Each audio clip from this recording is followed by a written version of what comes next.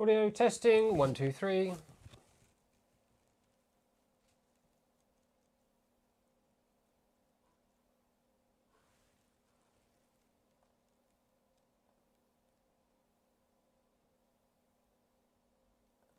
Testing, testing, 1, 2, 3. Oh, is it actually live? Apparently it is actually live. Well, there you go. Now you know what I do like 20 seconds before the live stream starts. It shouldn't have auto started, but apparently it did. Excuse me.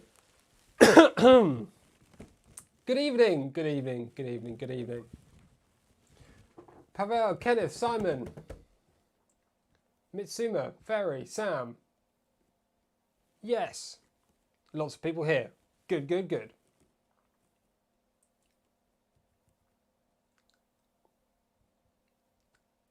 We do the clipper dance and then Mikhail will arrive. Like, perfect timing probably.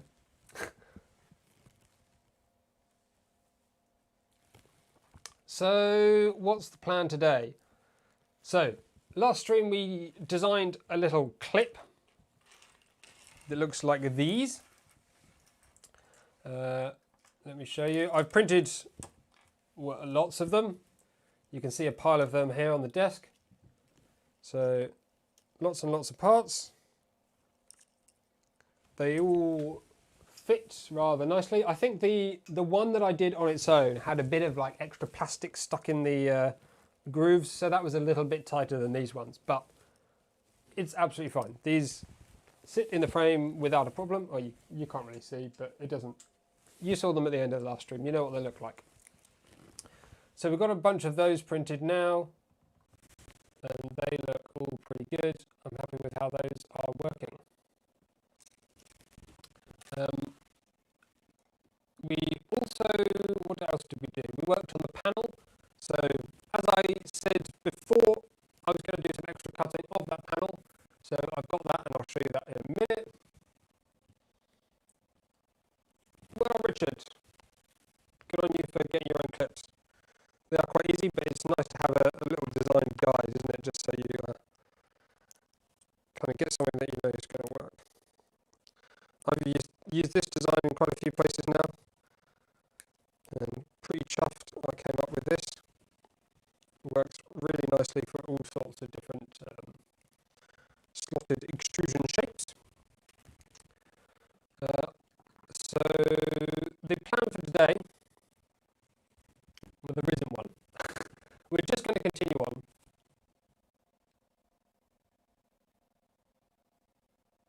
Weird mic, weird microphone. I have changed it.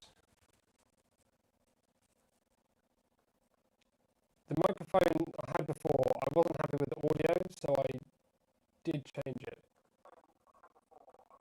Oh yes, that does sound horrendous, doesn't it?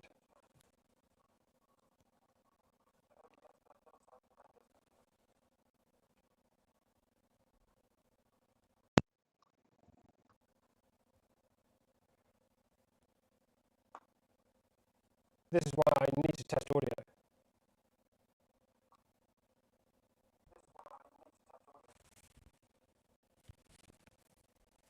It does, doesn't it? It sounds like the bitrate is incorrect.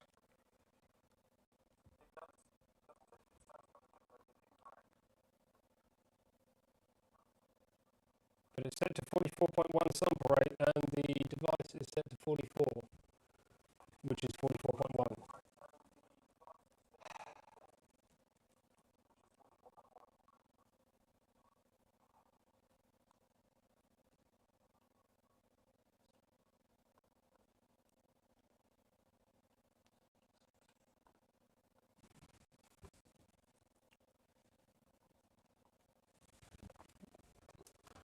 This might be quite difficult to fix whilst live.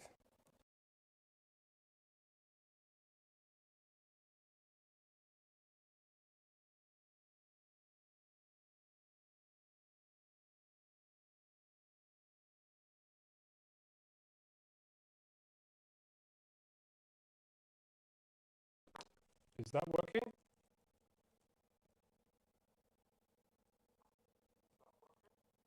That still sounds terrible, doesn't it?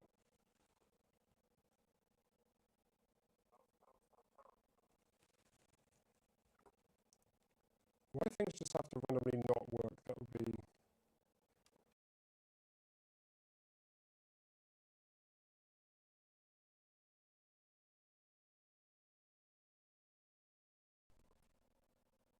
How about that?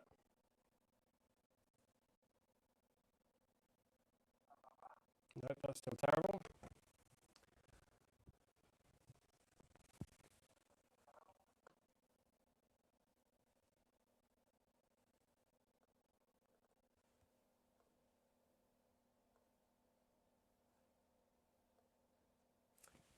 How about that?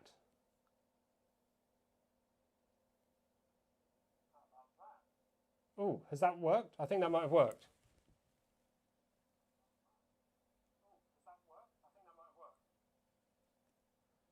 Okay, that's mental.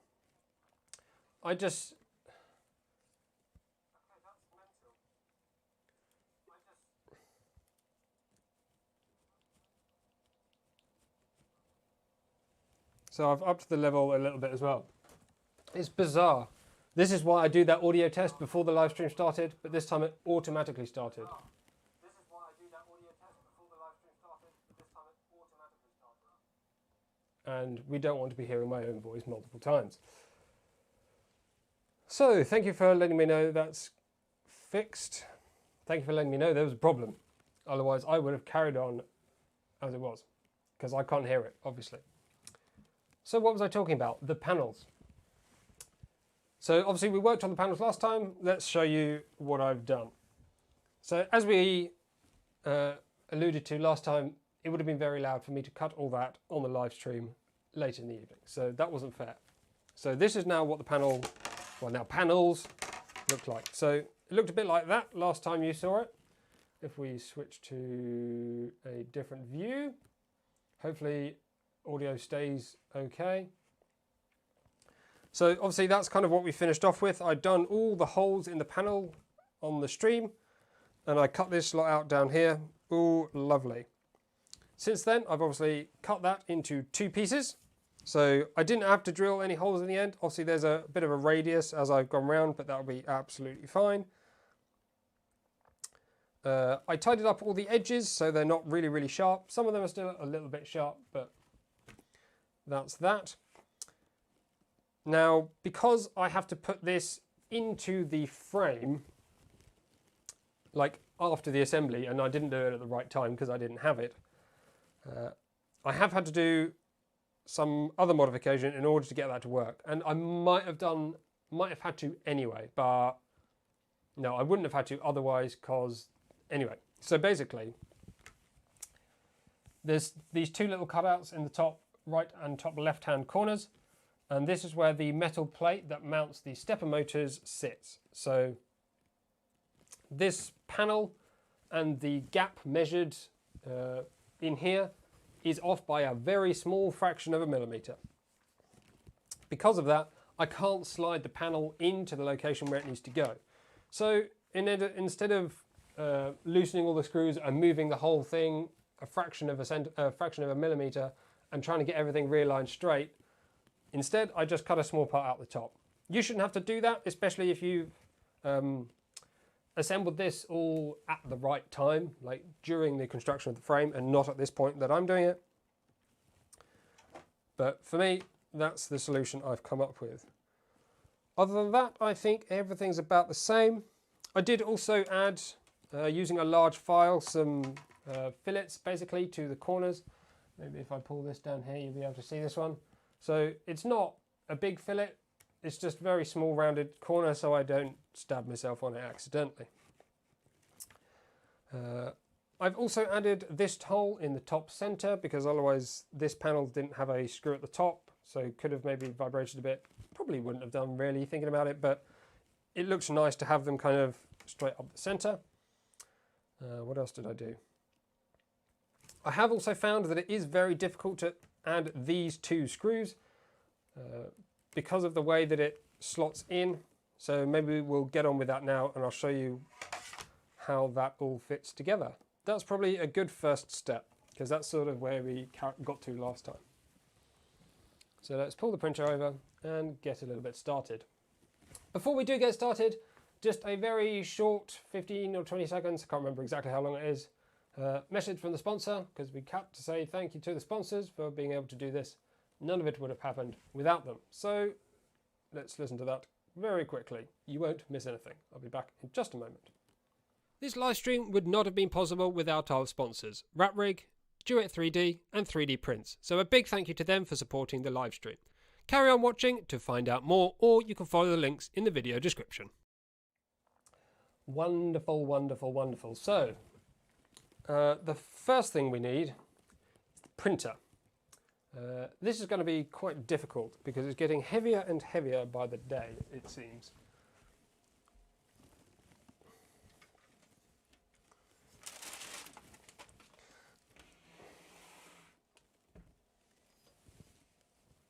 It doesn't seem, it's quite deep, so there's not a great way to lift it up, really.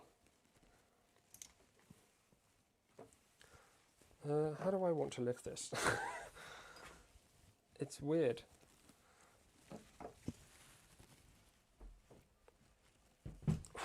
Right. Try and dance around the chair a little bit to find myself some space. So,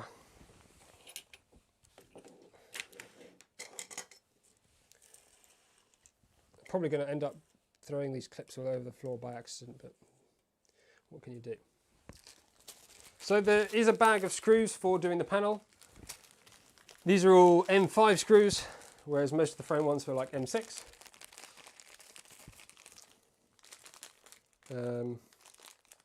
This is the bag that's like not labelled. There's no screw names on it.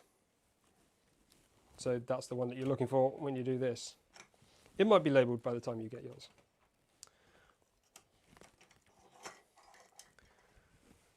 I'm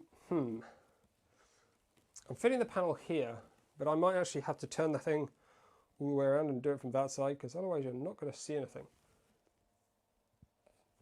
Which size did I build? So this is the 300 by 300 by 300 build volume version. So it might look absolutely enormous, but this is in fact the 300mm cube. If you have the 500mm cube, it will be even bigger, difficult to get through doorways, etc, etc. But in exchange for that, you do get a huge printer. So, you know, whatever suits you. I think we're going to do this kind of a backwards way, because the larger the printer gets, the more difficult it is to see everything. So if I maybe point this up here. Although we don't have any instructions, it might be easiest if we switch to the quadrant view. You take the bed off and put the printer on its front.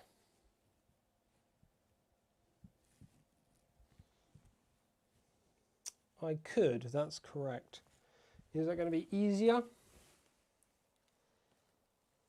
I don't, it might be, but I'm going to go with this method. Good suggestion though, thank you.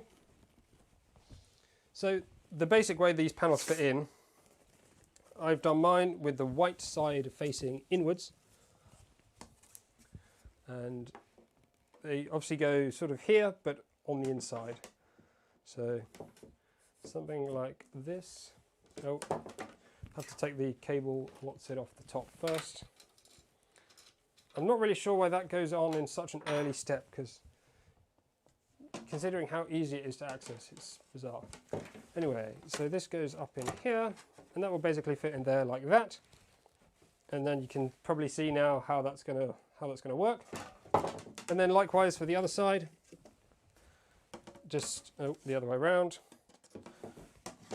White side still facing inwards, and that fits in there like that. Now obviously, like that, it has no screws, and because it's hammer nuts, you can't add them in after the fact, not very easily anyway.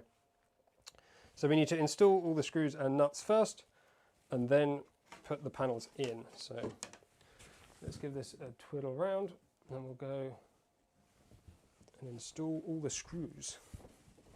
Now, if we were to take the bed off and put the printer on its front, that would probably help regarding using different nuts or methods to install these panels, but I have actually, unlike most things done so far, I have actually tried this already, and I know that it works this way. But it is a really tight fit, so I don't want to push my luck. So I'm not going to be installing this screw here. So this is the top right hand screw, and the top left hand screw won't be going in because it's exceptionally difficult to bend the panels into place and squeeze them in with those fitted.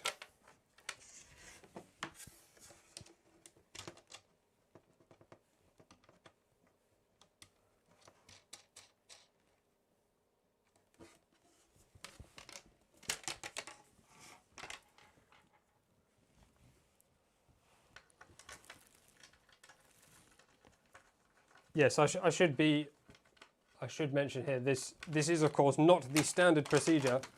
This is me correcting the fact that I didn't have a panel at the time when it was meant to be installed. So I guess for most people this won't be a problem. Of course you could disassemble the entire printer if you wanted to do that to get it as a solid panel. But I didn't really fancy that, so we're doing it this way.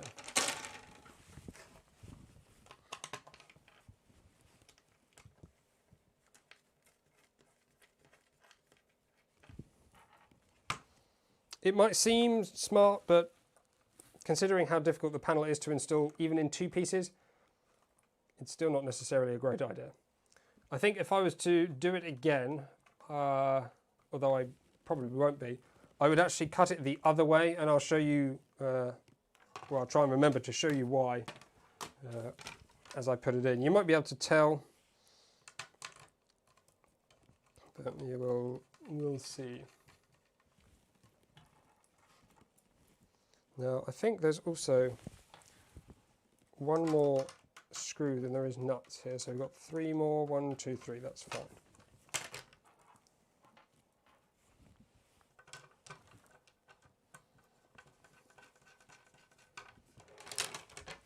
Again, top left screw we're not going to add in because it's difficult to get everything into place.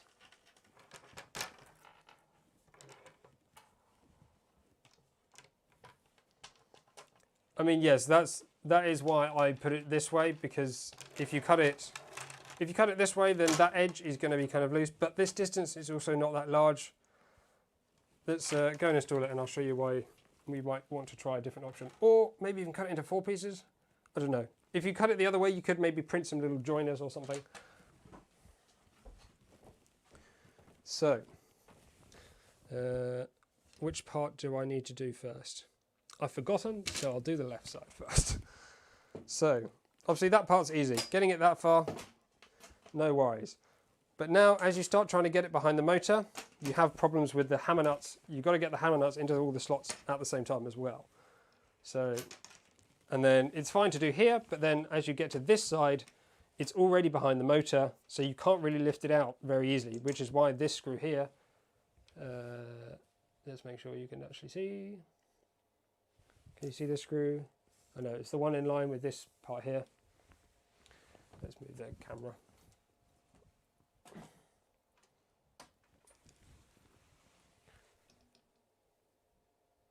Yeah, so when you're, because it's literally right up behind this stepper motor, and the distance between the stepper motor and the frame, basically exactly the same thickness as the panel. So you can't move it in and out at all. So that's why that screw is really difficult when you didn't install it as you were supposed to. So we have to kind of bend the panel out in order to get these ones through. And that's that lot. And then we can push it in, trying to align all the hammer nuts onto the slots in the right orientation. There we go. So, of course, probably made that look easy, but that's because I've done it a few times already. and I've already made the necessary adjustments to get it in there. So now we can tighten this down. I would suggest being a little bit careful when tightening these, because it's this is not quite right.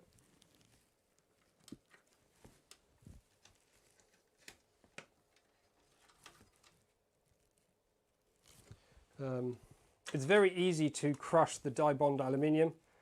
While it's quite rigid, it's very easy to crush. I think you'd also have a challenge doing this if you don't have these kind of ball end screws that I do. In fact, this one's at the bottom. I'm not sure if I can even get in. There we go.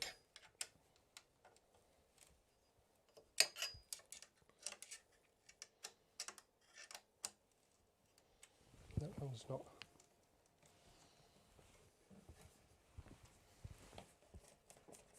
Okay, so that panel's installed.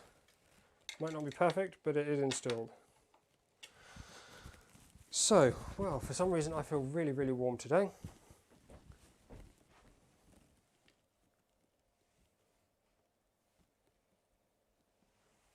You just got the message to say going live at 7:30. Yep, that will be about now.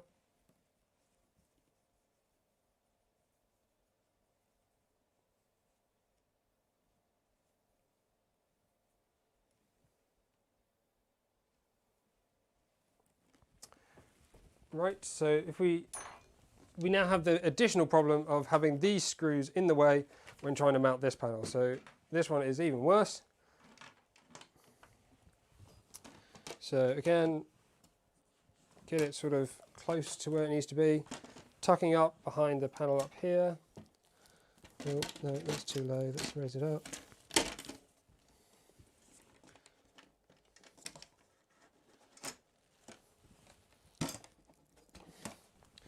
Sneak that in, try and move that over there, squidge that over that. Wonder why it's not going in properly.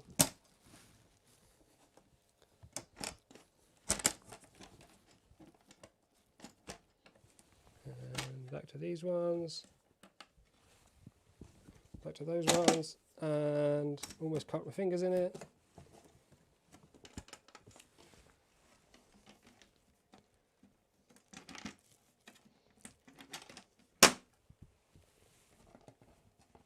Why isn't this going in? Huh. Did I not push that panel all the way across? Oh, I don't think I did. It is important when you tighten this in that you push it all the way to the side, because otherwise you can't fit the other panel.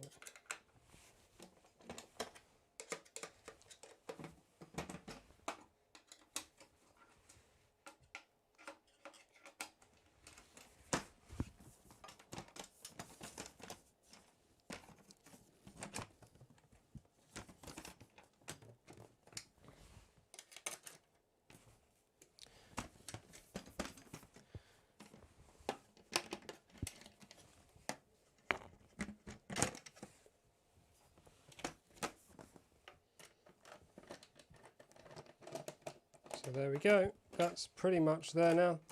Just got to tighten all these screws.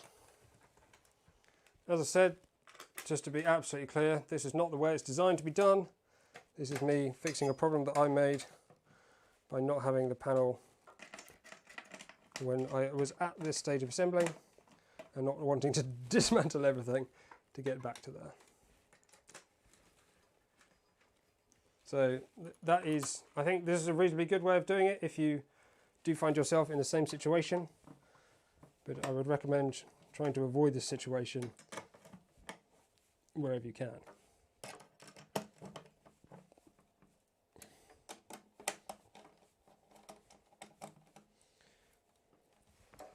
So now we have obviously the holes here for power supply, 4 there for Duet, 2 down here. Oh, I forgot this.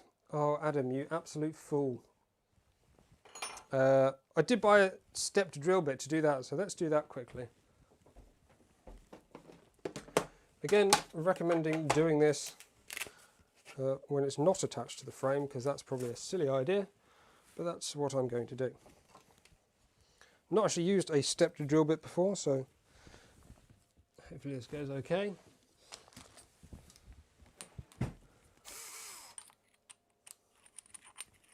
I don't have protective film on it there. That's just the colour. It's Dibond aluminium.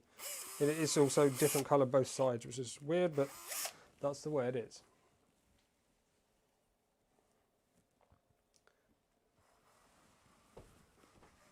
So this down here, if I can see it,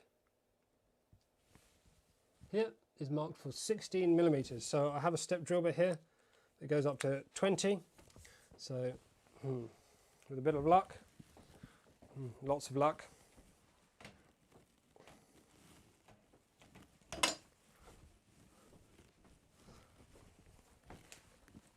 we can drill through this.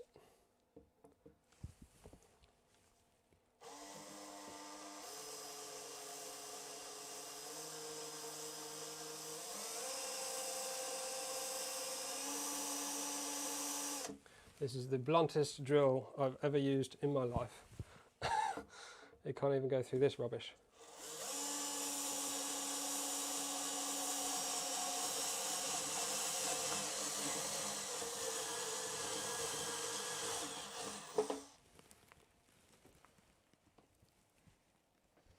So I think that should be 16.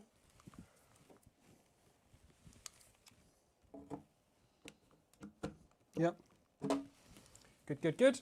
You can give it a quick deburr, although it doesn't work super well. And do the same from the other side.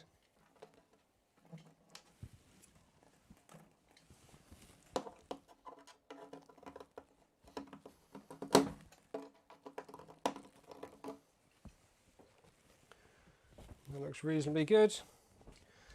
Makes a little, oh no, I've made a bit of a mess on that.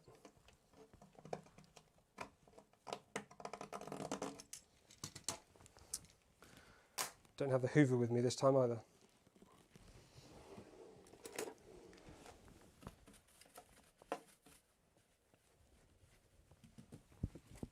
So I think that's probably good enough. It's a 16mm hole, that'll work. So let's move the printer out the way, I think, maybe do some Duety things.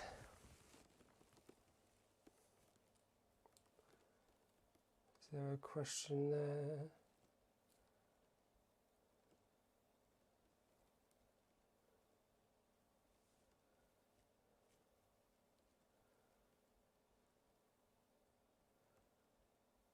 Are you supposed to pre-drill a hole? Well, there you go. I've not used one before, so yeah, that does make sense. Good tip.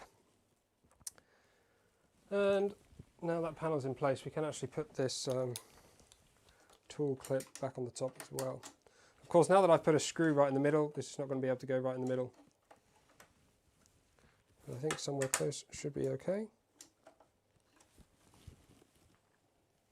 Right. That's looking all pretty okay.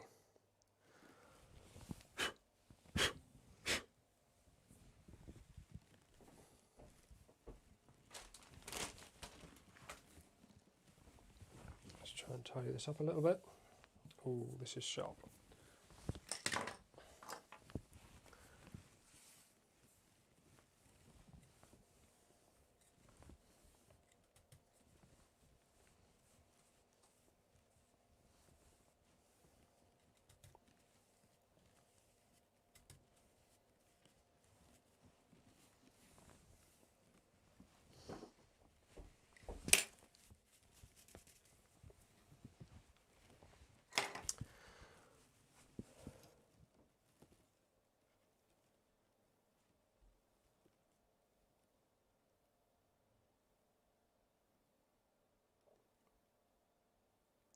Yes, big thank you to those that have joined and answered questions. Simon, Mikkel and Pavel have been hugely helpful.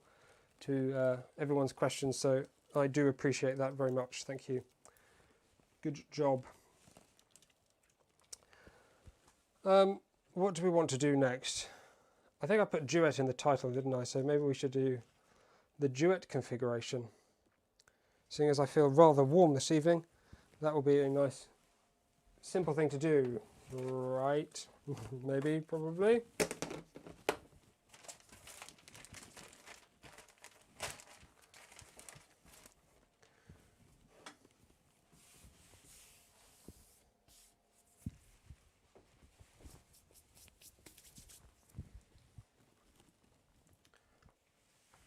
I did say maybe, probably, so that counts as a promise.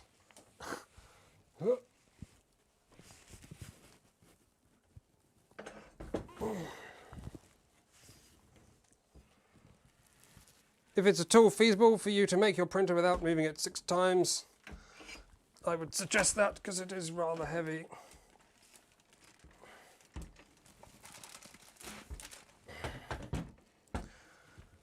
Just adding that one panel seems to have doubled its weight somehow. Right. Do want to make sure there's no conductive parts on here while we get working on the Duet.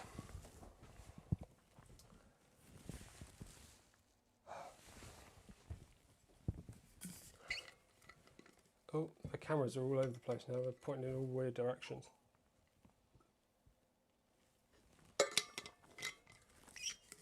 Let's have a quick reconfiguration.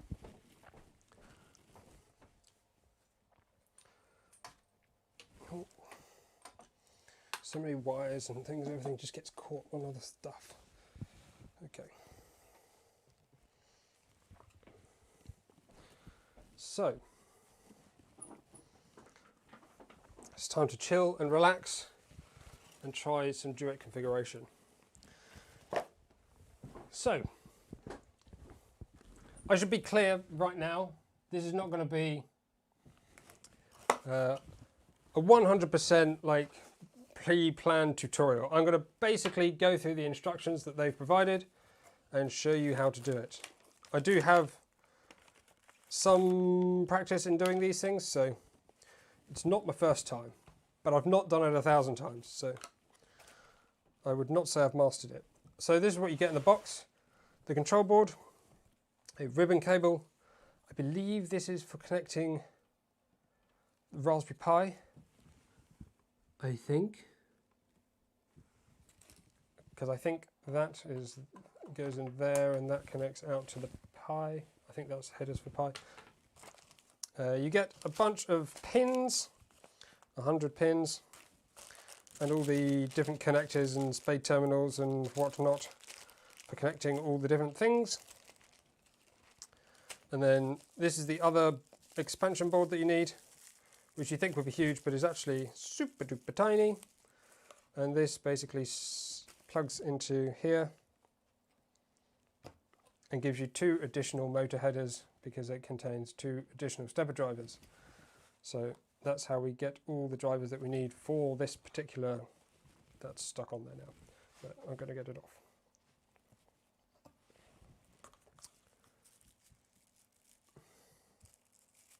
Yes, I thought it was. I always doubt myself, just in case I put in caveats, but I was fairly sure. Because there was I did read the guide on how to add a different board. You get some stickers and you get this cable. So that's everything you get in there.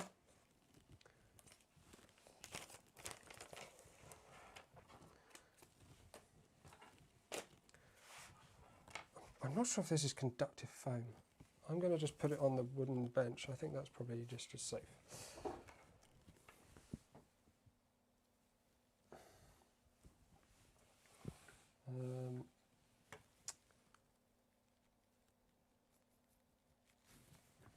I'm just going to have to mute the audio for a second, I think, because I'm going to use, I think that cable's longer. Yes, and this is the same, oh no, it's not. This is a micro USB cable. I kind of need a longer micro USB because I want to keep this within camera shot, but this is, it's going to be really in the way. This is me being super unprepared again. Well, maybe this is just going, no. How we do? I'm going to just go see if I can find a micro USB cable that's a bit longer than this. I shan't be long.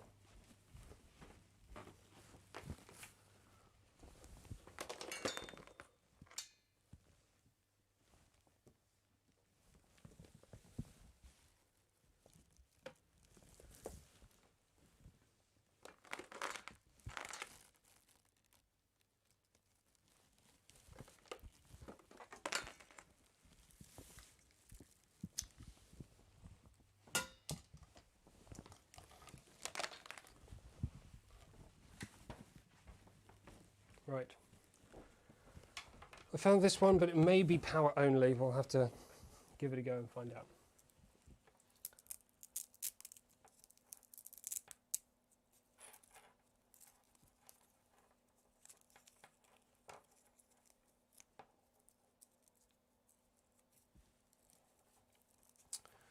So let's go to the instructions, so I'm not going to jump ahead of anything that anyone else might be following.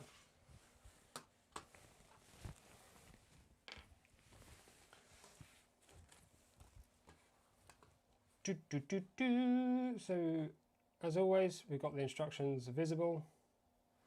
Not completely, entirely 100% visible, but mostly visible.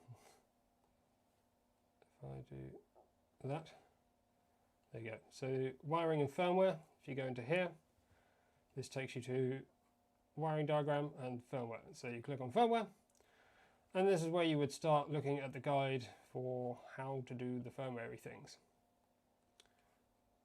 So the version of wrap firmware we want is something 3.2.2. I would guess it's that or newer. And then below is the configuration. So before we get on with the configuration, we basically need to make sure our board is configured with the right version of the wrap firmware. And there's a guide, and we go here. So we'll follow that. So this is onto the Duet 3D site now, the Duet 3D Dozuki guide. And this is, of course, the Duet 3 Mini 5 Plus.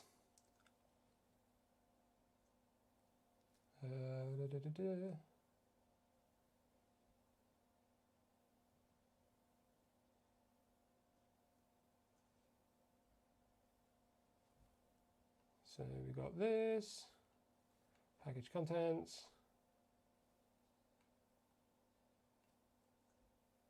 So you can have it standalone or single board computer. So SBC would be something like a Raspberry Pi. There you go. SBC mode allows part of the functionality to be handled by the single board computer. For example, an HDMI or Pi touchscreen can be used as the UI. Pi can act as the network server, and plugins for Duet software framework on the Pi allow for adding custom features for advanced control and monitoring. So there's loads and loads and loads and loads and loads and loads of stuff.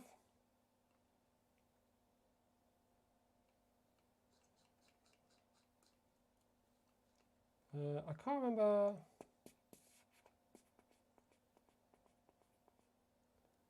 Getting started standalone mode. The following section expects that you are setting up your Duet 3 Mini 5 Plus without a single board computer. If you are setting up with a single board computer, we'll jump to that section. So I'm not going to be using the single board computer. I'm just going to be running this standalone as it is. Now mine is the Ethernet version, so I should somewhere nearby, I do have, here we go, an Ethernet cable, so that can plug in when we need to. So we'll set up first using the micro B USB cable, which is why I went to get that. So that's a cable. Make sure it's capable of power and data, which is exactly what I mean. Like this one could be just power because it came with a power thing. So sometimes they just do power, which is annoying and silly, but this is how it is. So we've got a guide, another guide that we can drop into to do the setup.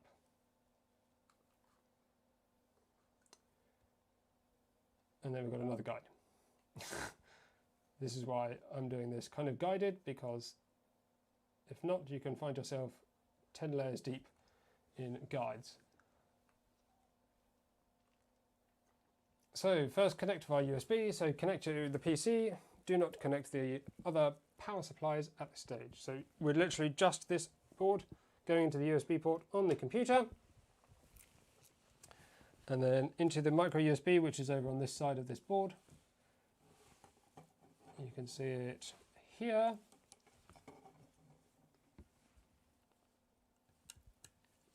And that does that.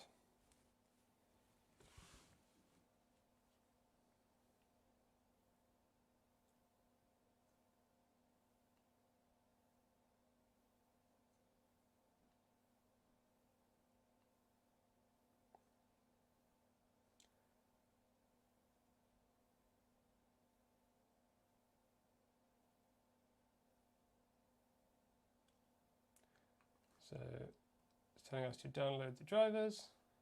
I think on Windows 10 it actually will just appear. Let's check.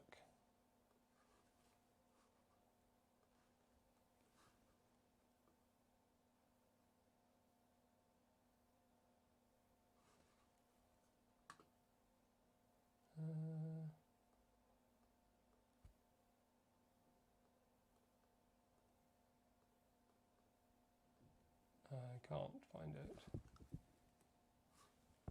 under ports. No, so I think this is not a data cable,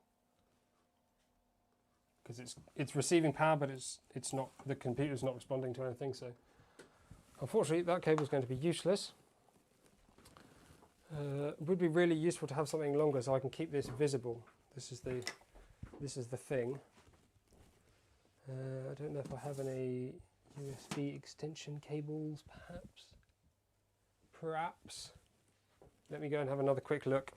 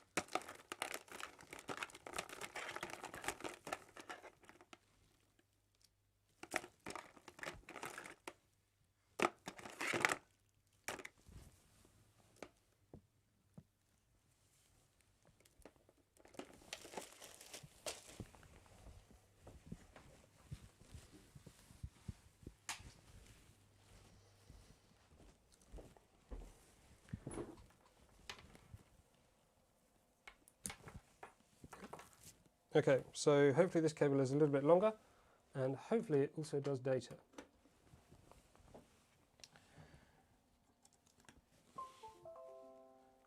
So I've just had a message come up, setting up device.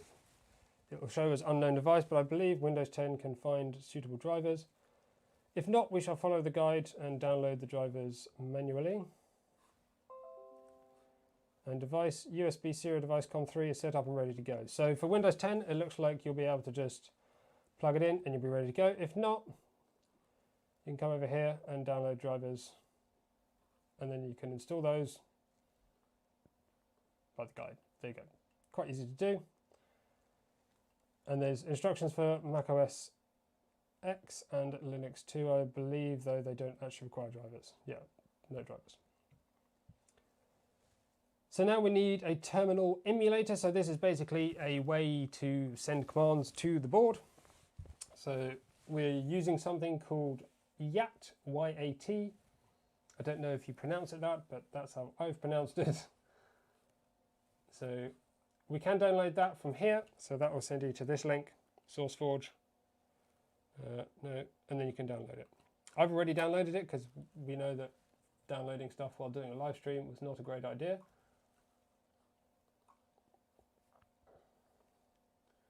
So if maybe we can share the whole screen.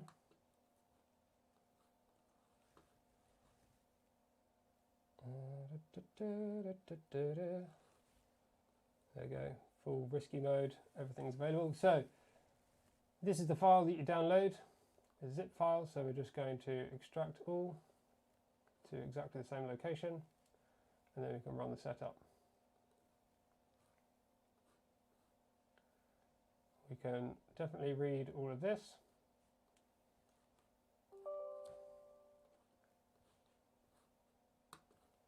And then it will install the necessary things.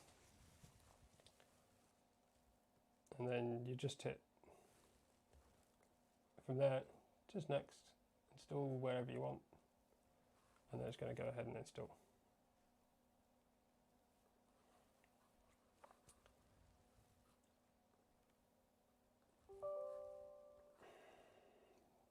Probably could have installed this ahead of time, but I didn't.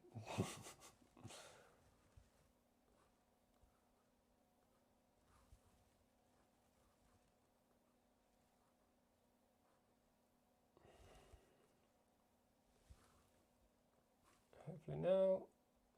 So that software is now installed. So we go, let's just double check. Yep, so let's go back to this view. Oh, these two things are in the way. Boop, boop, oh, boop. So if we go here and just search YAT, then we find the app. That'll probably start right here. That's fine. So the one we want is COM3 USB serial device. And the instructions, we can't view all of this at the same time. That's just installing it.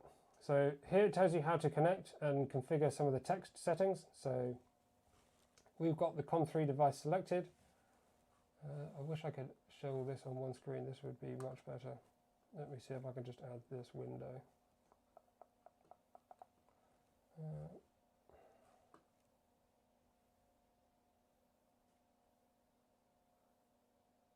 Window capture. Add a new source. Call it YAT. I'll add that. Oh, no, okay, forget it.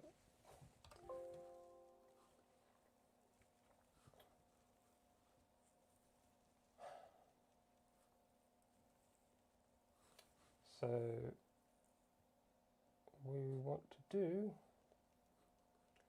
keep moving stuff out of the way because everything keeps getting in the way.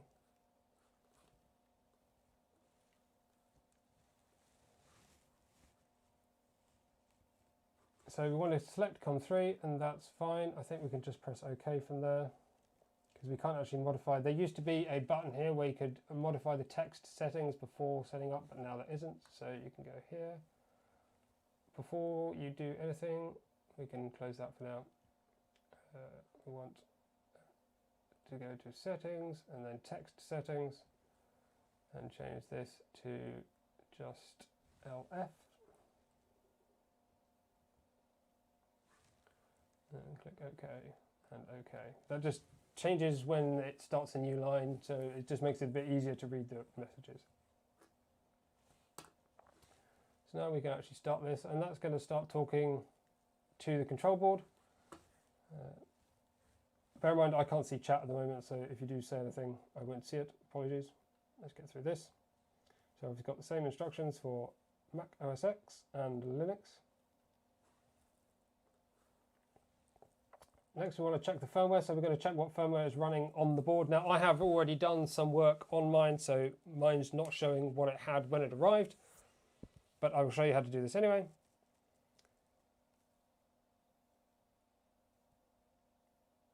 I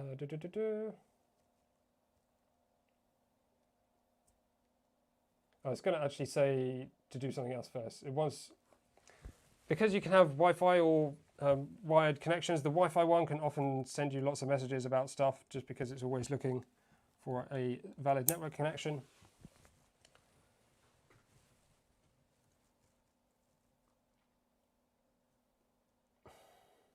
So you can turn off the Wi-Fi sending with an M552S1. In fact, I think I can just do M552 and that will give me Ethernet is disabled. So that's just information. If you do S-1, oh, that needs to be, there you go, and that's giving me my IP address. To check the firmware version, we can go M115 because everything on Duet just runs from G-code, so firmware version 3.2.2. So I have already updated that, but we'll just pretend it's some older beta version and we need to update it, so we need to run through this process.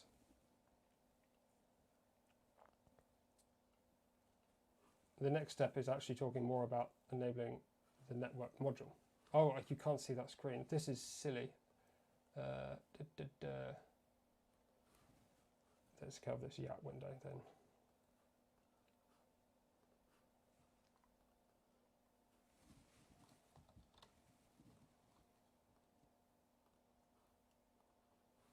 There we go.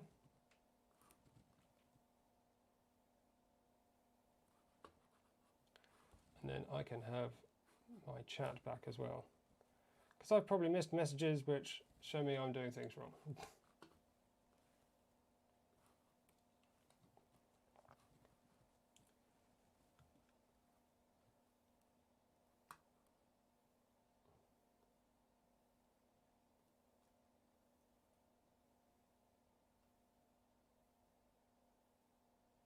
So you can put it into idle mode by sending command 522S0. So here, this is where I sent the commands. You can just type in a thing and you do that. So we can send M552. Ethernet is enabled. So M552 S0. Network stopped. S1. Does nothing. S-1. Forgotten how it is. There you go.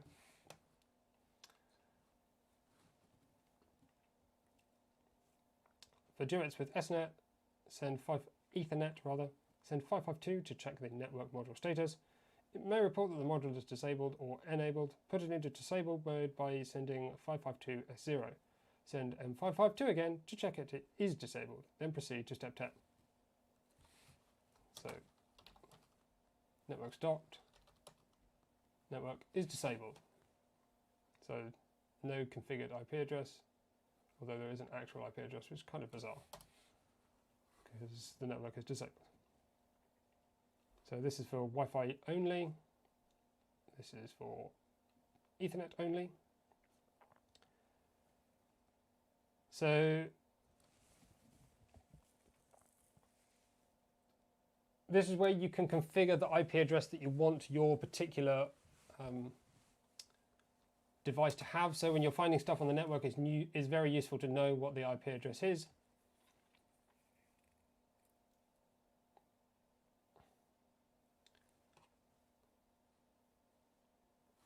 So one way you can do that, or the way to do that I should say, is with this command. So M552S1 and then P, and then you type in the IP address that you wanted to have. So for example, I can go 192.168. This is local IP address, by the way, not anything public, so this won't help you find my IP address.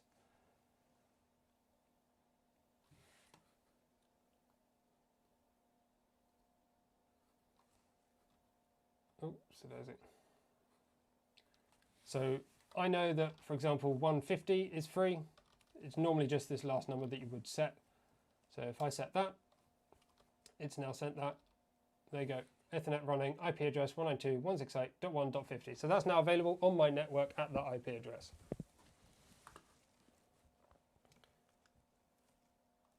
And that is a fixed address. In both cases, after 10 to 13 seconds, you should see network running and the IP address the network is using, which we saw.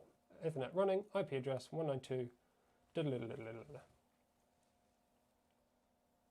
So now we want to check we have access to Duet Web Control.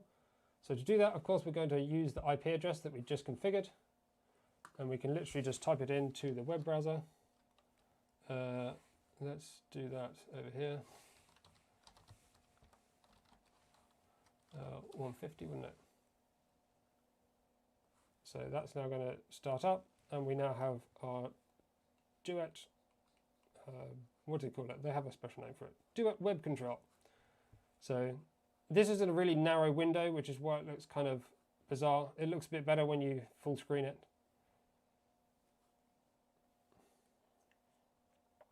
But you've got all your options and stuff down the side here. And this is all straight to the control board.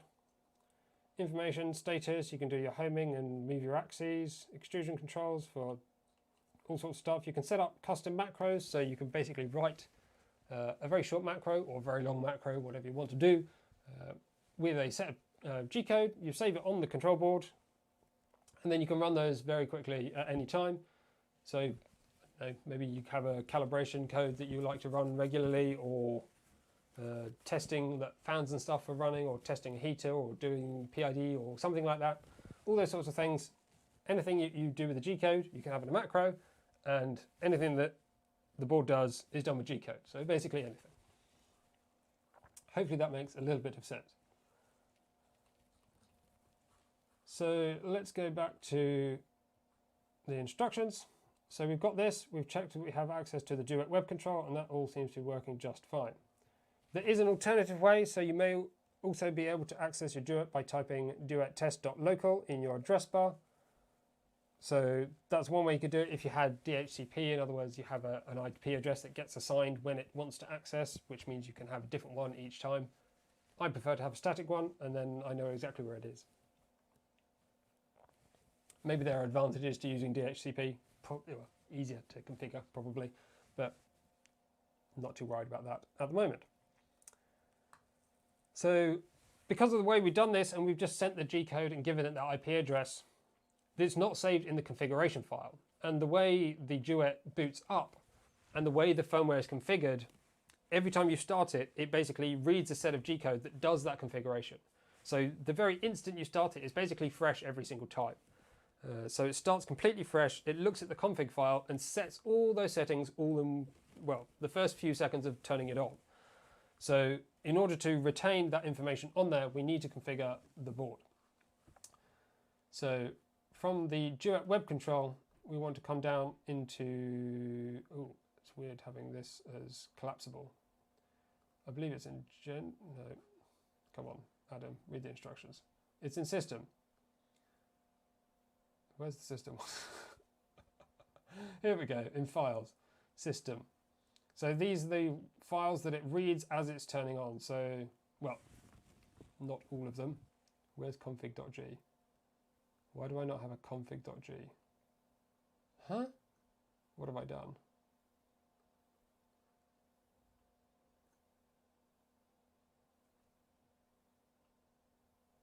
This is not what I was expecting.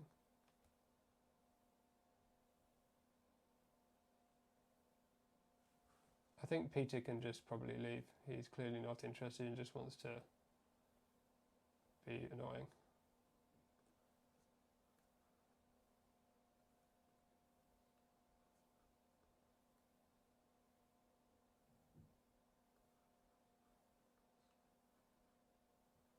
Someone who wants a conversation will answer a question, not just drop a bombshell and leave. Audio is very low. Okay, I can't do a whole lot about that. It's quite high.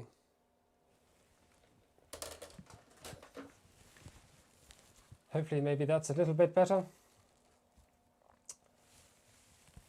Let's see if we can carry on.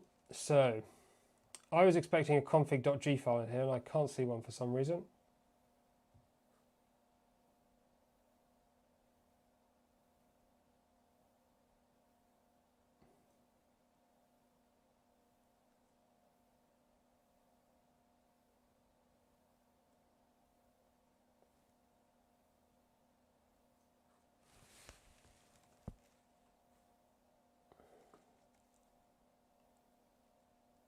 This is bizarre. I'm pretty sure I tested this and it was all fine.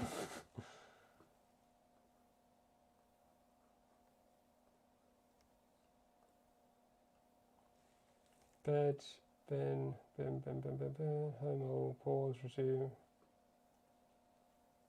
Well, we'll just create a config.g file.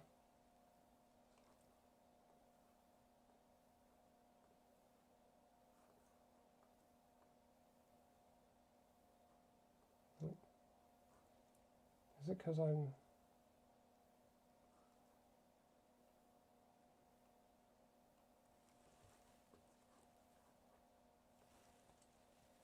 So let's see if we can...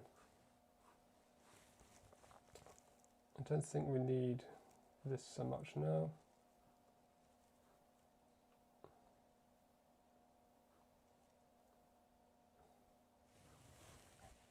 So this is what it looks like, slightly wider. So we can create a new file. I'm not sure why there's one not one there already. So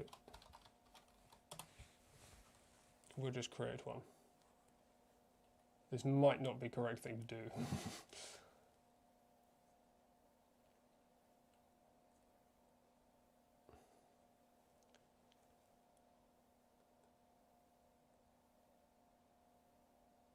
If you have a Duet Wi-Fi, this is sufficient to enable and let you work assign an IP address. You want to assign a static IP address, use M587 with I parameter when setting up the SSID in step 9. See M587 in the G-code dictionary. So there is a big G-code dictionary which is really, really useful. It has all the different G-code commands you could possibly need. So we're going to stick this command that it must not be used in the config.g file. In SPC mode, it is not possible to configure different IP addresses per SSID. This is for Wi-Fi.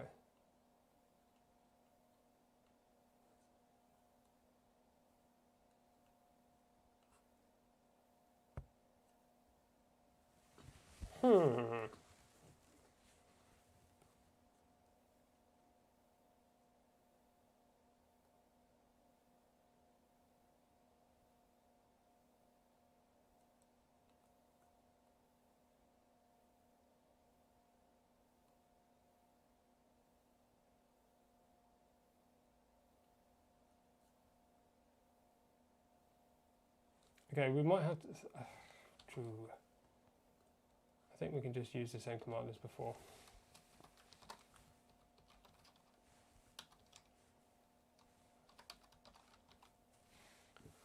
So that will enable... Right, that should enable...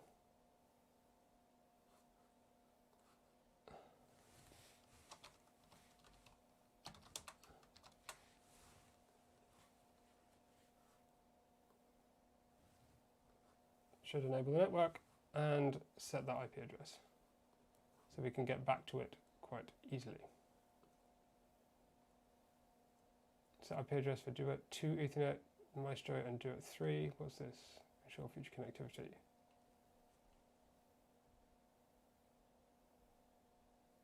Fixed IP. Yeah, that's what I just did, right?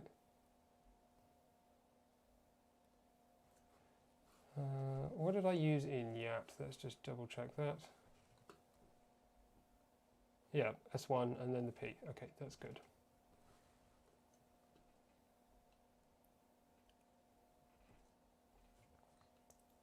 So that's that done. So now we have connection to it. Now we want to update the firmware. So we have another option here for updating the firmware. Let's just close out those other windows.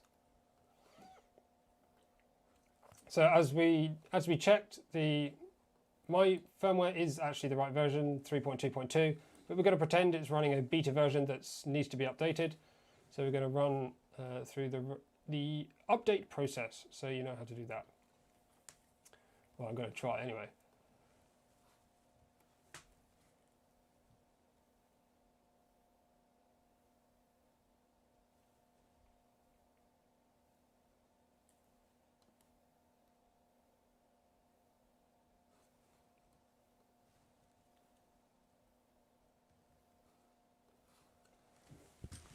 Whew. Let's have a quick drink. And while we're here, while I have a quick break, we're just going to do a very quick sponsor message. Oh, it's weird having this over this. There we go. Quick message from the sponsors. It's 2 minutes long, and then we'll get back to it. This livestream would not have been possible without our sponsors, Ratrig, Duet 3D and 3D Printz. The Duet 3 Mini 5 Plus balances value and performance. It's focused on small and medium-sized machines for those that want the quality and reliability of a Duet control board but don't want the high price or high power output of the full-size Duet 3 mainboard. The Mini 5 Plus provides 5 onboard drivers and the normal complement of heaters, fans, I/O, etc. There are Wi-Fi and Ethernet variants with the option of using a single board computer, like a Raspberry Pi, for control, in the same manner as you might with other Duet 3 boards. 3D Printz is a UK-based filament supplier, but in recent times have become so much more. They're now a great destination for finding name brand components from all over the world, such as the Anklab's BL Touch, Wham Bam Systems, flexible build plates, 3D Gloop, Magiku, Bondtech, Slice Engineering and more. If you're in the UK and Europe, and maybe further afield too, you might want to check out their shop for your next printer upgrade. In the UK, you'll also be able to take advantage of their free shipping for orders over £50. Ratrig is a company that you may not have heard of yet, but if you're into DIY 3D printers, or camera sliders, then we're going to change that today. The VCore 3 is a fully configurable CoreXY 3D printer kit. It's gone through several iterations over the years, and all the knowledge and lessons learned have been distilled into the VCore 3. MGN linear rails, low vibration idlers, robust 3030 extrusion frame and 9mm belts are just some of the key selling points. Today I'm looking at the 300mm cube default configuration, but it's also available in 400mm and 500mm cubes for those that like their printers big, and with lots of configuration options too. Keep watching to find out more, or if you need more details immediately, you can find the links in the video description. Let's try and carry on. So, the windows I've got set up for this are not great, are they? Everything's a little bit sort of piled on top of each other. Oop.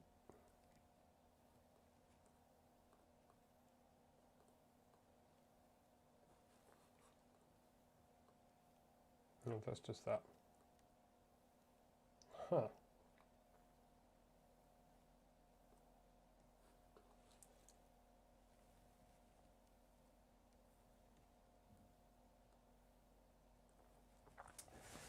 So, for the update process, there's quite a few different ways you can do it. I'm going to show you one of those ways, but there are, as I said, there are a few more. There is a note here at the top about if your board is coming with a beta version of the RetWrap firmware, which mine did, and this worked for that method. So the method I'm going to show you is my preferred method, although the suggested one is to use Duet Web Control, which we do now have access to, but I prefer a different method. So the method I like to use is the updating firmware via USB, because I think this is by far the easiest way. Anyway, before we do that, we do need to download the latest version. So latest stable release we can get from here.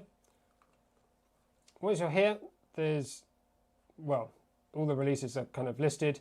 You can go through here to get the latest one, or I find the easiest way is to just keep scrolling until instead of saying pre-release, you find one that says release. There you go, latest release. So this is the version that we're after, 3.2.2. That is the one that was suggested. So this is what we want. So, as always, there's loads of information. So users running Duet boards with a Raspberry Pi should install this upgrade from the package. For other users upgrading an older version release that has been fully installed, it should be sufficient to upload the file Duet 2 and Duet 3 firmware through the system page of Duet Web Control. So this is one way to do it, and there are other ways. So I'm going to download this one. I'm also going to download, so where is it called? So updating firmware. The main firmware is supplied in a UF2 file for uploading via USB. So that's the one that I want to show you here. So we're looking for here, Duet 3 firmware, Mini 5 Plus, UF2. So it's the UF2 file that we need. So if you just middle click, then it downloads. Nice, nice, nice, nice, nice. So to upload via USB, that's how I'm going to show you first, and maybe we'll do the web control one as well. So connect the Duet to the PC using a USB cable, which we have already done. Press the reset button twice quickly in succession. The status LED should cycle slowly between dim and bright. So we literally, this little button in here, it's quite tiny, next to the lights, towards the corner of the board. You double tap that. I recommend doing it with a fingernail because it's quite a small button and difficult to press consistently. So you might have heard there, it's disconnected from the method it had used, and now we've got a basically like a USB drive that we can put files on. So if I try and show you that,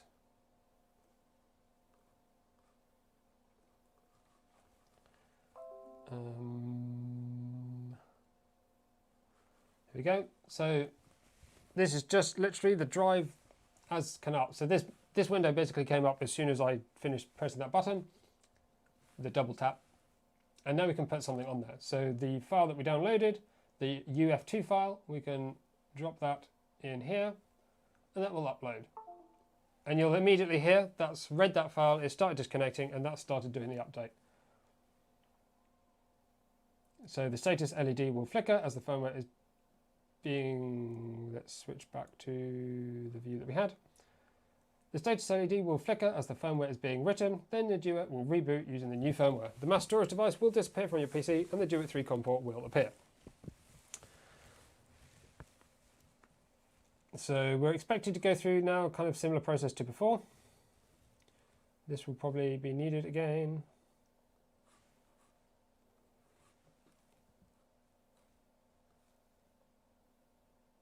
So let's clear that.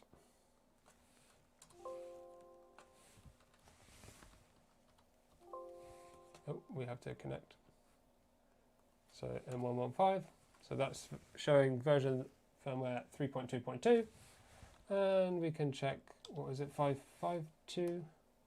Ethernet is enabled, configured IP 192.168.1.150. So that's updated now to the latest firmware version.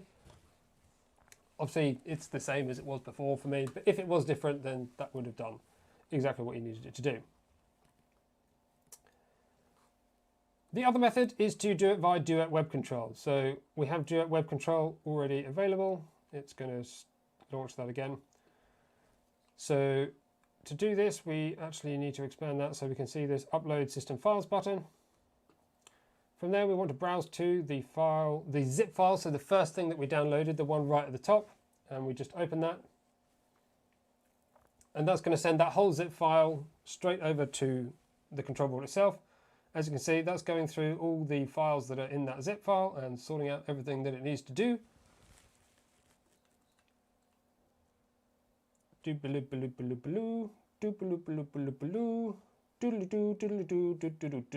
Lovely doubly. You have uploaded at least one firmware update. Would you like to install them? Yes, of course we do.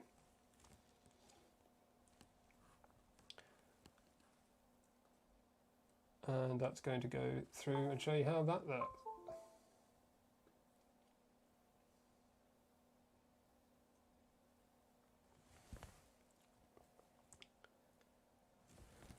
Yep, so if you want the configuration with the Raspberry Pi, you can add that. That's what this ribbon cable is literally specifically for, and it comes with it. So you plug that in there, plug this into your Raspberry Pi, and obviously you go through the configuration setup for that configuration.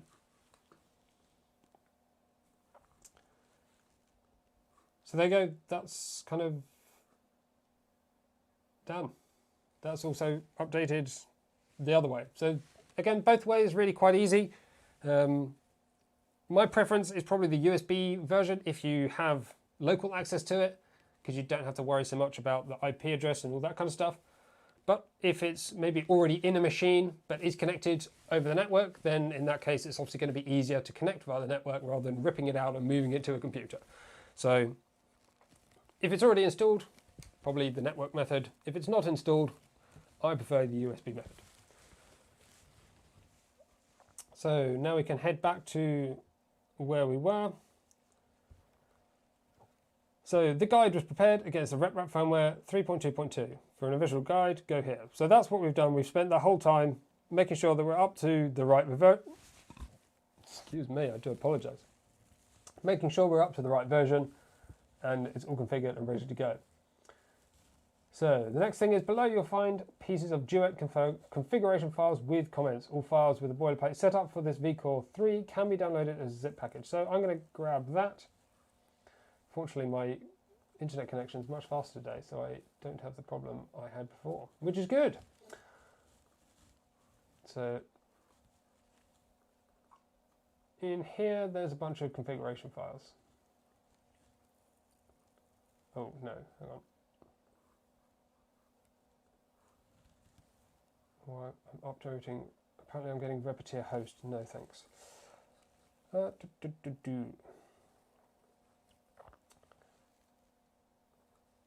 So if you look on the left side here, you'll see all the .g files. These are the main ones that are going to need to be configured. And of course, you can see your clipper configuration a little bit further down.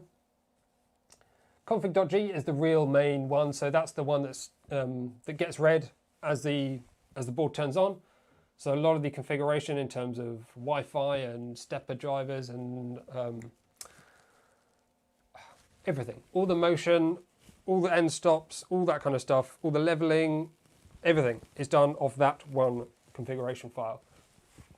The other ones are things that are called up either from that file or when you start doing other operations such as homing. As you can see, there's a home all and home XYZ for individual homing. The bed.g, deploying probes, retracting probes, and that's for BL Touch. Doing this live is much more stressful than I thought it was going to be. So,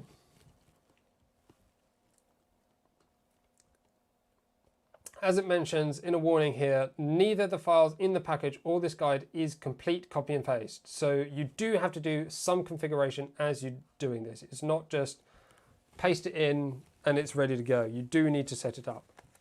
But luckily, a lot of it is already kind of pre-configured. You just have to do the finer details.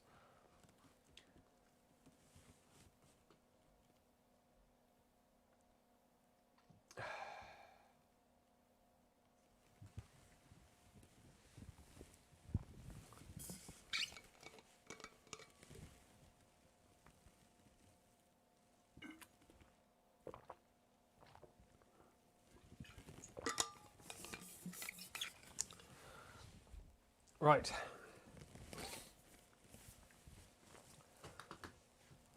So I need to show you what's on this. So let's have a quick look. This live stream would not have been possible without us. Sorry, didn't mean to send that up. We will get to that in a minute probably, but not now. So this is the file that you can download, and this has all the G files in there. So those are the ones that we need. We also now need to upload those to the Duet board because those are the files that we want to add. And I believe the best way to do that is to, I think we can just drag and drop them, can't we? No, maybe not. How did I do this before? I think you just upload system files.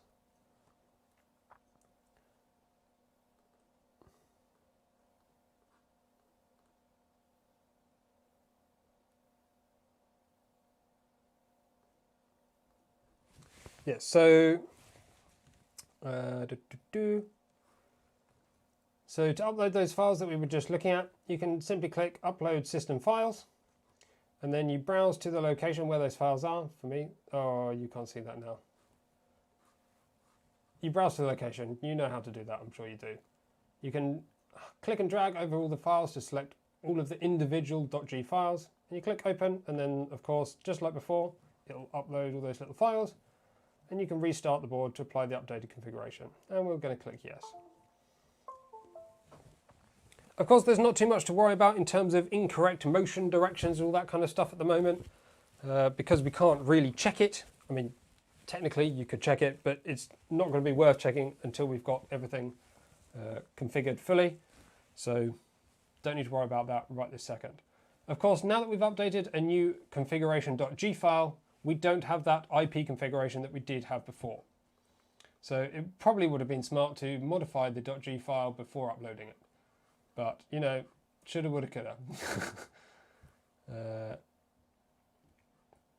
So let me do that again.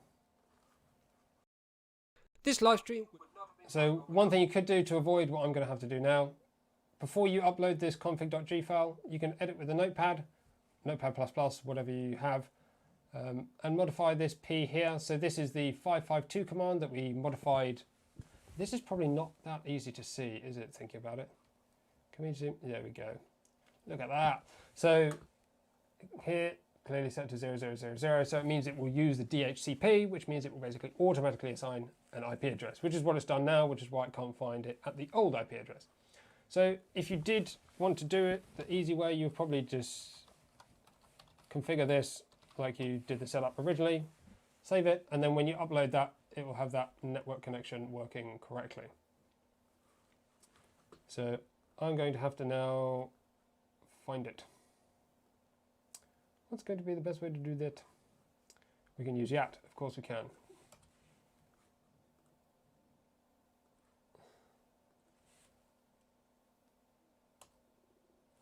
So actual IP address has gone to .104.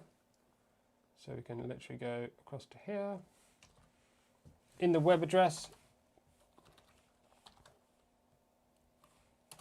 on your browser, you can just go to 192.168.1.104 and that will find your Duet web control again.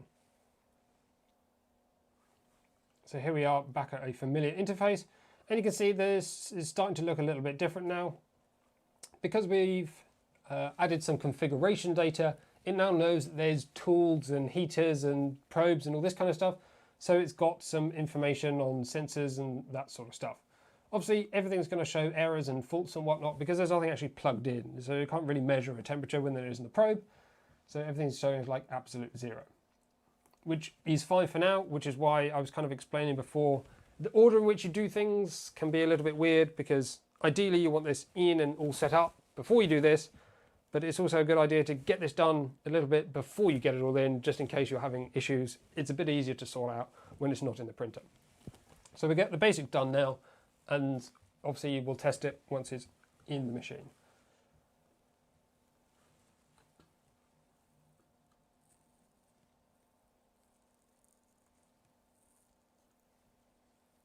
Fortunately, I have YAT obviously for, and the USB. Again, this is why it's really useful to do it this way on the desk, because I've got this USB connection and the Ethernet. So if I balls up one of the things, it's very easy to just use the other to find out what we need. Right, so this is where we now have to go do some more detailed configuration. So just like before, we need to go find that system file. We have a full config.g file now, which is very much more populated, and they've added colors. Didn't have colors the last time I used this, so that is absolutely beautiful. It makes it much easier to read rather than just a wall of black text. So that's very, very nice. As you can see, this is all just G codes. As I mentioned, the board itself kind of has no configuration. As it starts up every time, it's starting from nothing, reads this, and it does all that configuration. First thing, of course, we're going to do is add in this darn configuration. So next time it turns on and off, it won't lose it. Now it's going to ask to reset, and I'm going to do it anyway. You won't need to do if you want the changes to take effect, you need to reset it. But if you don't need the changes right that second, for example, if you maybe want to save it and then do some other stuff as well, then you can reset it a little bit afterwards. So now that's taking, obviously the 104 address now won't work, and we'll go back to 150, where we'll find the Duet web control again. Ta-da! A short delay in the sound. Really? How big a delay?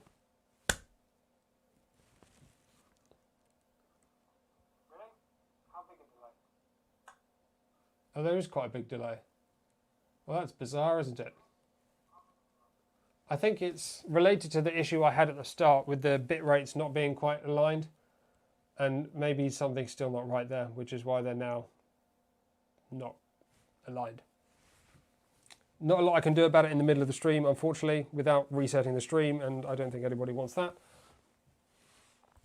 It's not ideal, and I get that.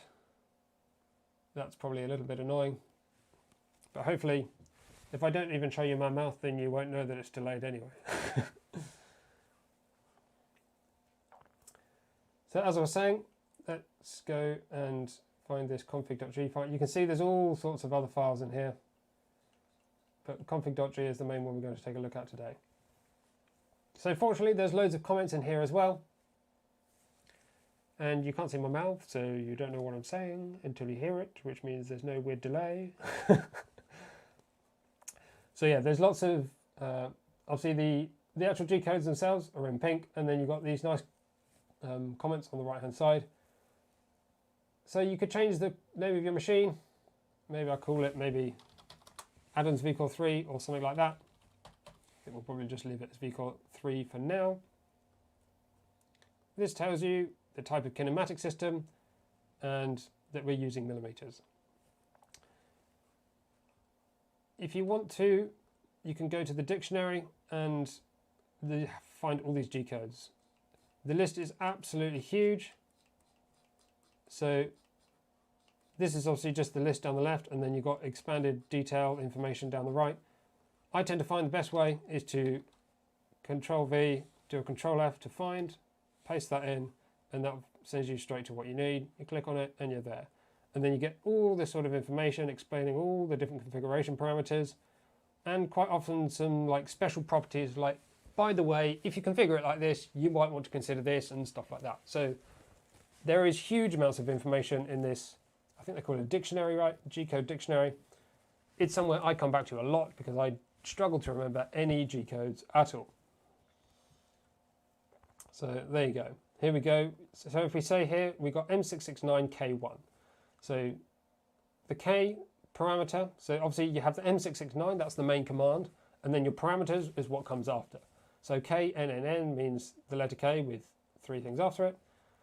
Kinematics type, 0 is Cartesian, 1 is CoreXY, 2 is CoreXZ, 3 is linear delta, 4 is serial SCARA, 5 is CoreXYU, 6 is hang printer, 7 is polar, 8 is CoreXYUV, 9 is 5-bar parallel SCARA, 10 is rotary, 11 is Mark Forged, 12 is reserved for collinear tripteron, and 13 is reserved for a 5-axis robot arm. So there you go.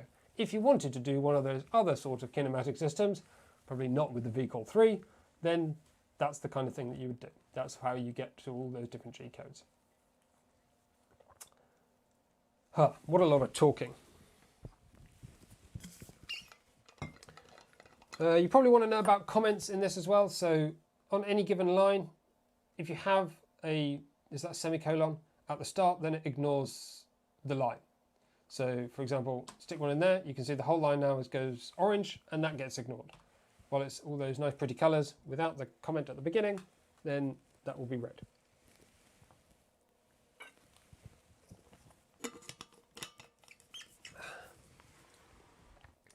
Does the Duet board on its own have any way of maybe some sort of pinout for controlling a relay, or maybe some sort of plug-in for a remote switch? Almost certainly. I mean, if you think about it, all the SSR is a relay. It's in the name, the solid state relay. So this is all the kinds of things that you definitely can do. So for me, we want HTTP enabled. We're not going to need FTP and Telnet. If you don't know what they are, you definitely, almost certainly don't need them. For the drives, obviously this is telling you, well, we can go and find out exactly what it's telling you. So to make sure I don't mess it up, we can, again, off to the dictionary, 569. Set motor drive direction, enable polarity, and step pulse timing. So the main command, obviously 569, and then there's loads of parameters that can or cannot be set. So here we have a P, an S, and a D. So P is the motor drive number, S is the direction of movement of the motors, and the D is the driver mode.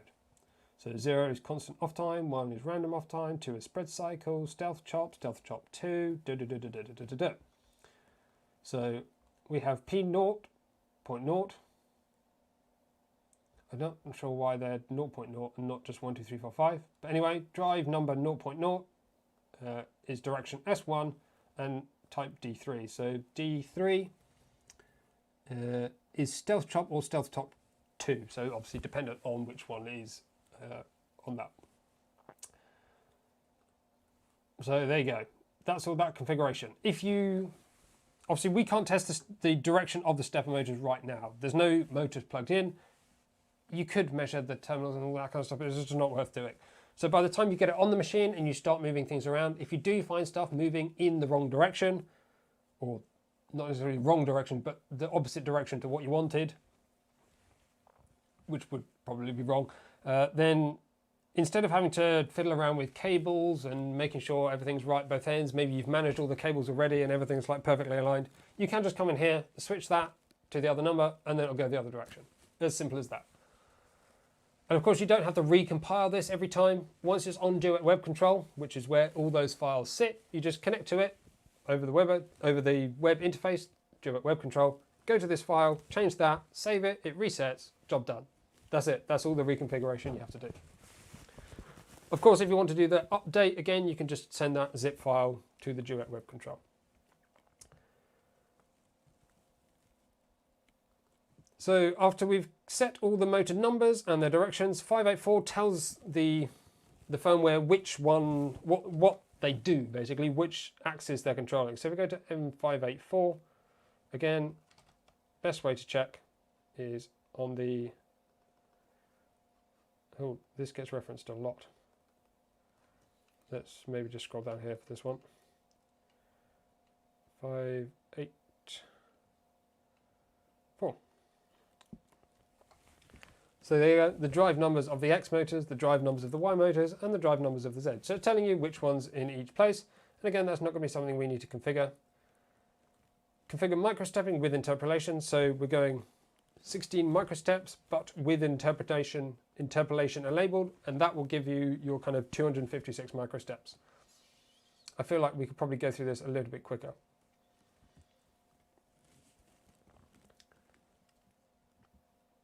You've got your steps per millimeter. Again, this is all pre-configured for VCore. There's nothing specific for my printer different to that, so I don't need to worry about that too much. The motor currents, again, these are set for all the printers, so we don't need to do them. If you are like doing this a little bit more from scratch and you have different motors that can't take this amount of current, then that may be something that you might want to consider changing. But for me, with the standard configuration, this should be set for those motors, so we should be good. Maximum instantaneous speeds, accelerations, etc. Again, these are machine specific and not really my configuration specific, so don't need to worry about changing those. Again, if you want to know more details, you can go to the dictionary. There's a link here, G-code reference in the top right, if you want to find all of those.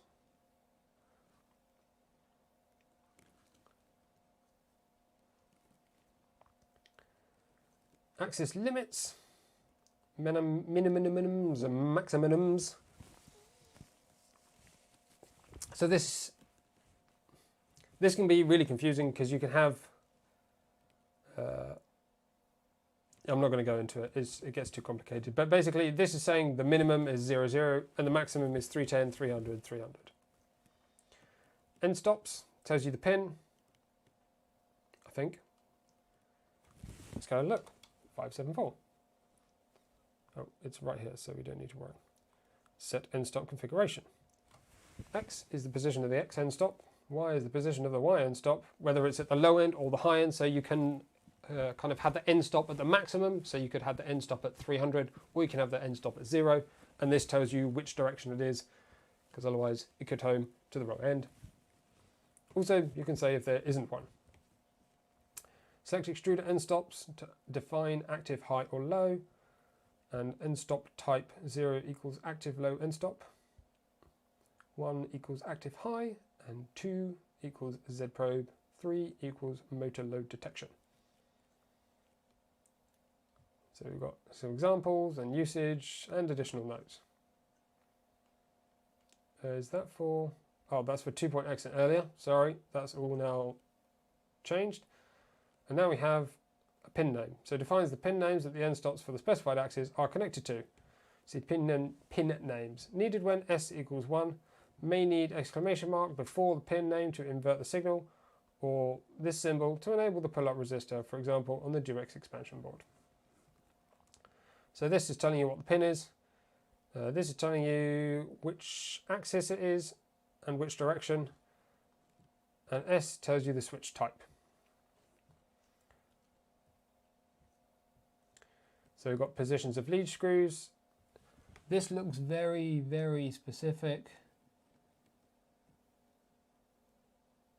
We might,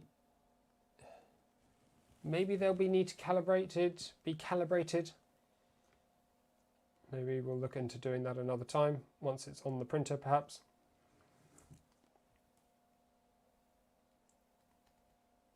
Oh yeah, of course. Well, this is where we were at the beginning. I forgot to go back to here. Measure directions, steps, low, influence on maximum speed. Bigger printer. Here's where you would change the maximum for the bigger printers. I feel like I don't need to go through all this because I don't feel like I'm adding very much. All that information is all there. I'm just kind of reading it, which seems a little bit redundant. Also, we can't do our heater tuning or anything yet because nothing is connected.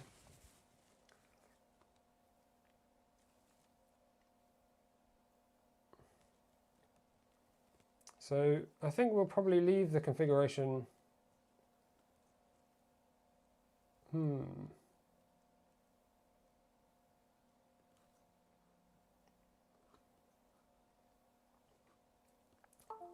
I feel like there's not really much more configuration we can do on this at the moment, so I think we're probably going to leave it there. Because otherwise it's just going to get a little bit boring.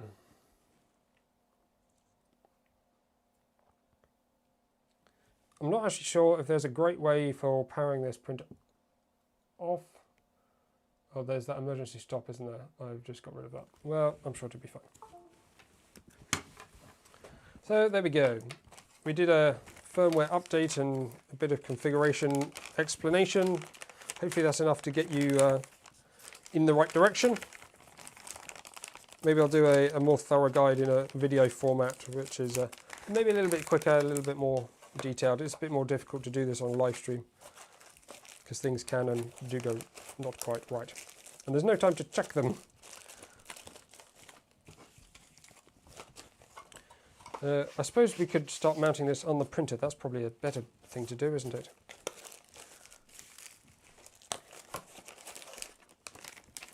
In fact, let's get it out. I reckon that's going to be a good thing to do now. Probably going to want this expansion board on here too.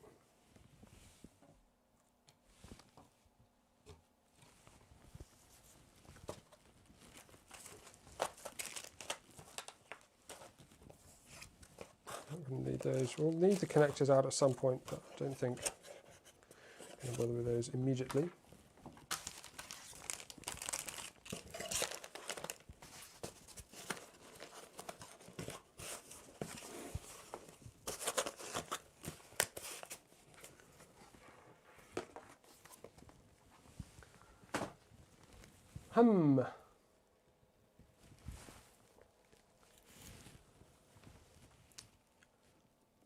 I don't feel very prepared for some reason.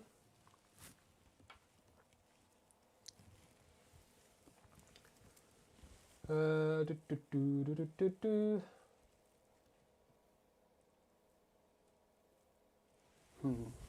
think let's get the printer down and we'll go from there.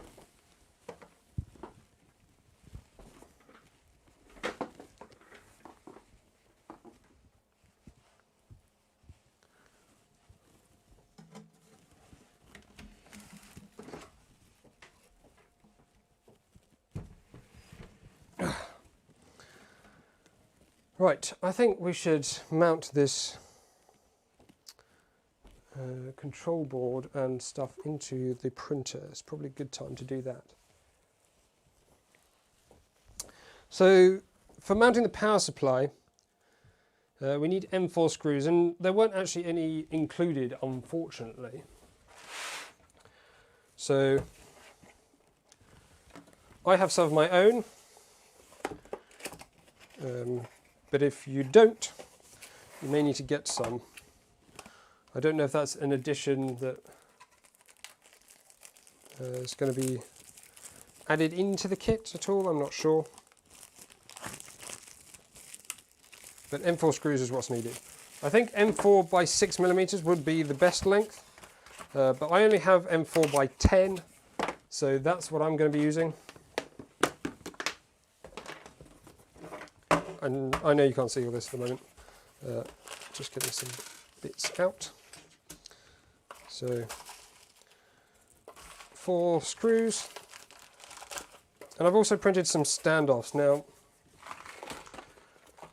in my mind, ideally, I want this directly connected to all the metal parts because this chassis ground of the power supply is really good contact for ground. But because I don't have the right length screws, I'm going to go and use some spacers. So I've just designed some very small spacers in Fusion 360.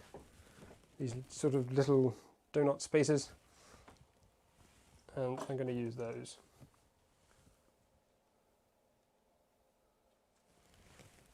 So it goes in kind of here. Should be fairly easy to mount. So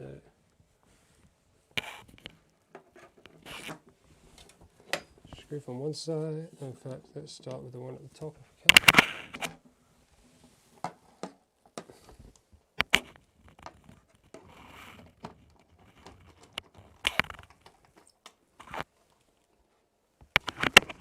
Of course, yes.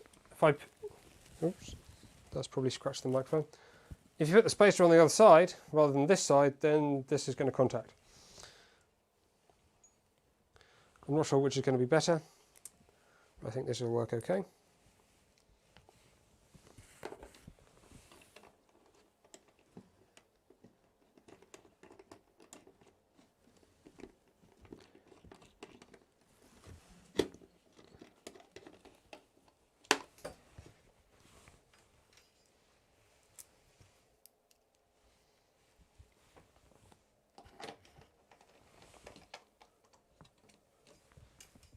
How are the Popeye biceps coming along?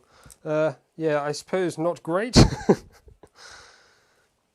Turns out lifting printers is not really a valid training method as such. That's nice and securely mounted.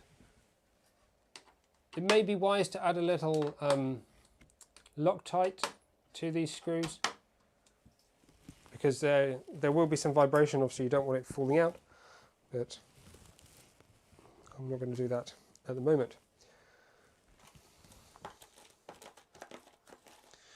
For the control board, there are these spacers that come in the they come in the kit that I've not used for anything else, so I'm assuming they're for this. Now there are 8 included, and I think 4 would be for the Raspberry Pi if you were to install one of those too. But I'm not, so I don't need to worry about that. Now, you need M3 screws, and we need to make sure we've got adequate length. So we may need slightly longer screws than what are included.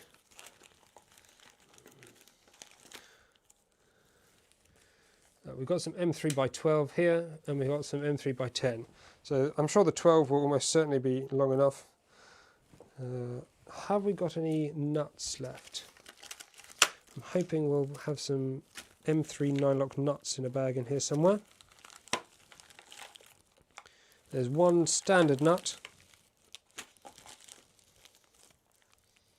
and don't think any nylock nuts. So we're going to want some nylock nuts, I think, for mounting this control board. This is the last thing we want falling out. That would be really not good.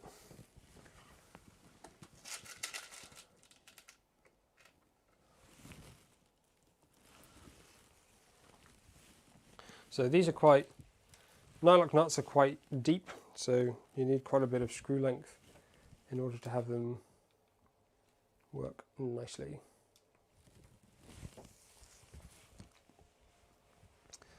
So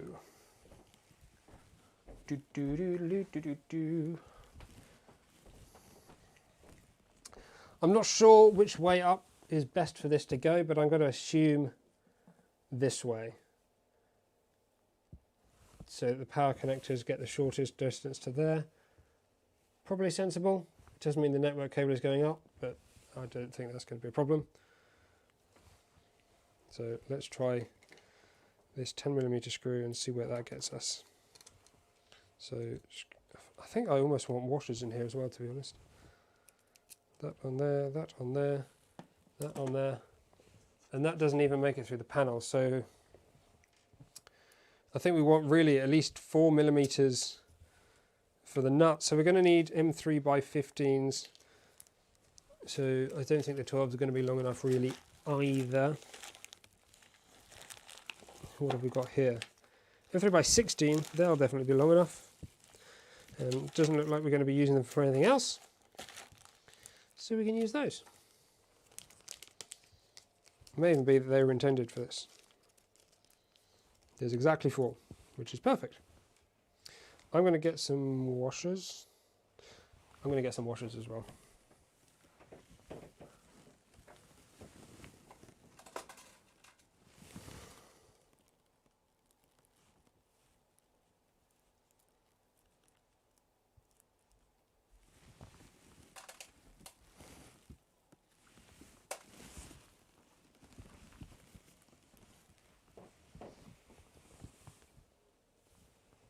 So that's on there.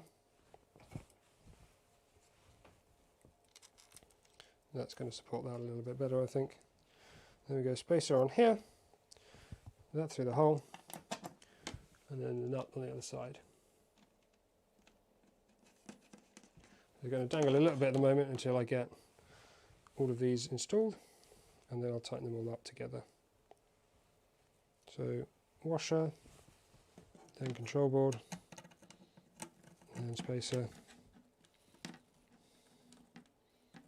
through the hole, and then a nut. It's going to start to get a little bit difficult, I think, getting the spacer in here without dropping it.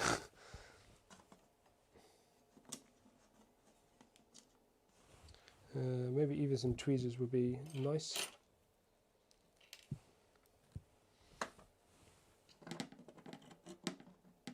Oh.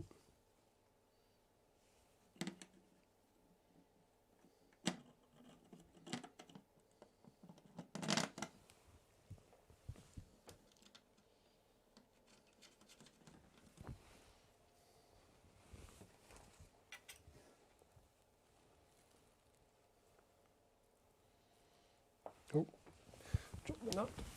Need the spacer. This is going to get a bit difficult.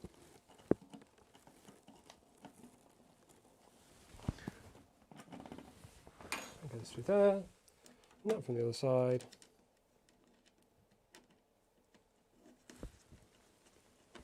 And now we need something to grip.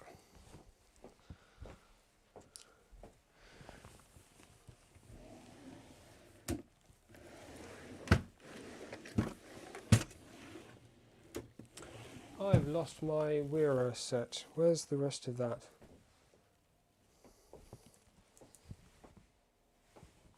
Oh, what? There it is.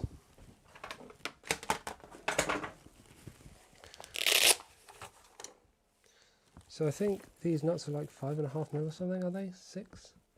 I also get, pretty sure M3 nuts are 5.5. I think 5.5 is right. Yep.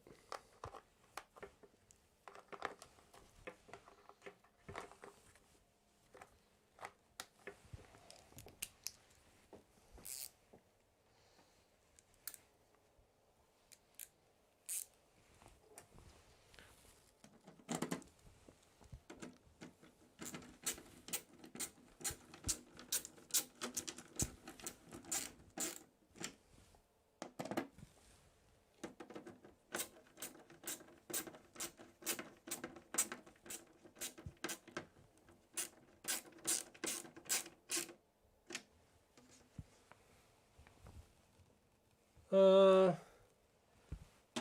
could have them the other way around, I suppose.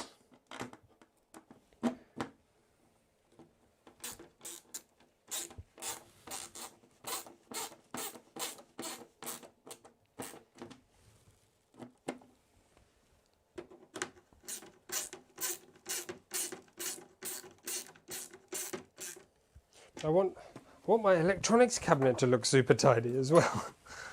And I think that looks really neat. There's lots of things to look at on the other side. Like messy marks as well. So what's next? We can put the relay in as well. I mean, the reason I'm putting these all in now, even though I haven't made all the wiring yet, is it's going to be much easier with everything mounted to get an idea of the wire lengths that I need. It's very easy to make a cable length like way too long or way too short, and although when it's too long you can cut it down, if it's too short then you're totally out of luck. So it's nice, I think, to get everything installed and get some idea of your lengths, then make the wires, and then you can install or maybe do some re-installation if necessary to finish those things off. So the relay is also M4, so I'm going to grab a couple more. This is going to need some M4 nuts. I don't know if I actually have any M4 nuts. That probably sounds weird. I must do them. Surely I have some M4s. What's that bag of? Spare parts.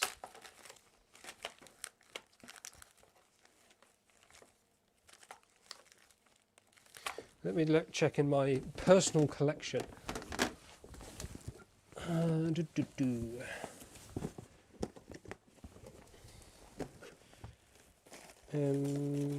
M4, screw, M4, M4 by 16, M4 by 20, M4 by 10.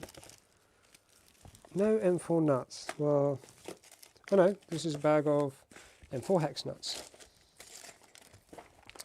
Nylock nuts would be preferable. Nylock nuts are always preferable to me, but in this case we make do. So got a huge bag of these, but we only need 2.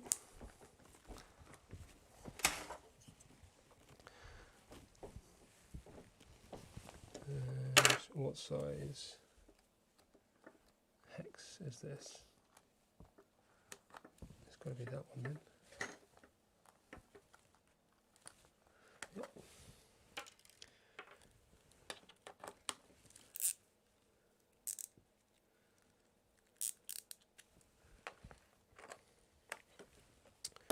So with the relay you have a main side, like a high voltage side, and a low voltage side. So on this particular one you can see 3 to 32 volts DC, so that will be 24 volts, which is what powers this from here. And then we got the main side, which will be the other side.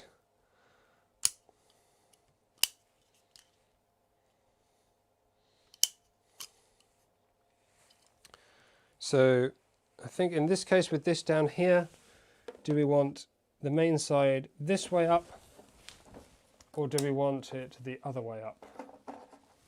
I think we probably want the main side this way up, because the mains is here, so maybe that's close proximity. That might be your best bet.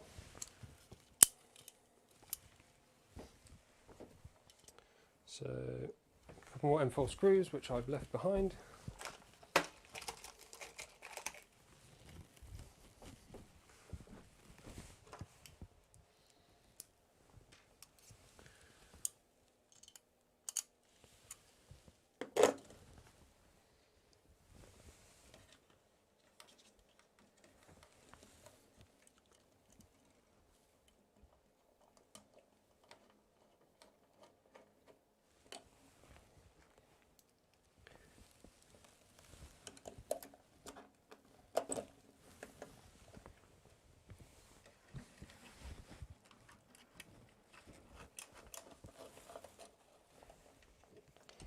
Again, try not to over tighten these, because if you're using die bond panel, that is.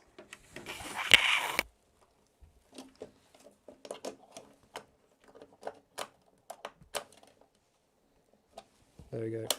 Obviously no electrical connection yet, but that gets things on the way to being installed. This doesn't look quite straight for some reason, but it's probably my assembly method rather than anything else.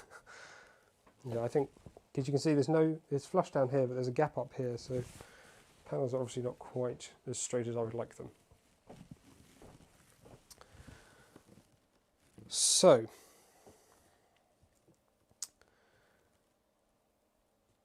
let's.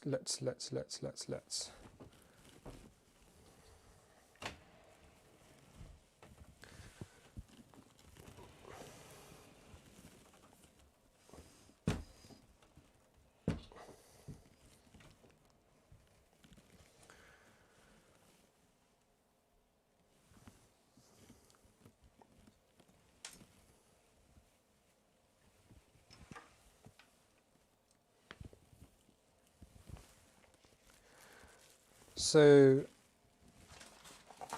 I opted to have stepper motor cables come with it, but I don't know if they are specific lengths or if they're all the same length. So let's open them all up and find out. They may be preset lengths that are already intended for this specific kit, and on the other hand they may not be.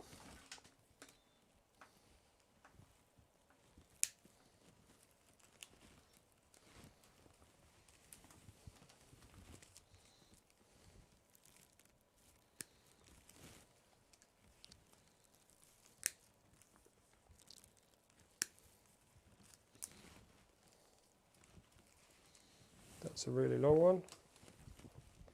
That's a really, that's like 1.5 meters long.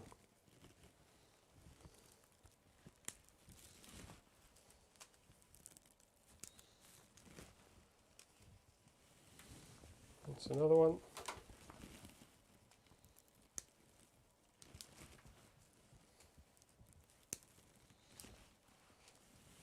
That's another one. And then this is another shorter one. So, looks like we have, is that three short ones, all about the same length. And then we have three very, very long ones. I think are probably all the same length.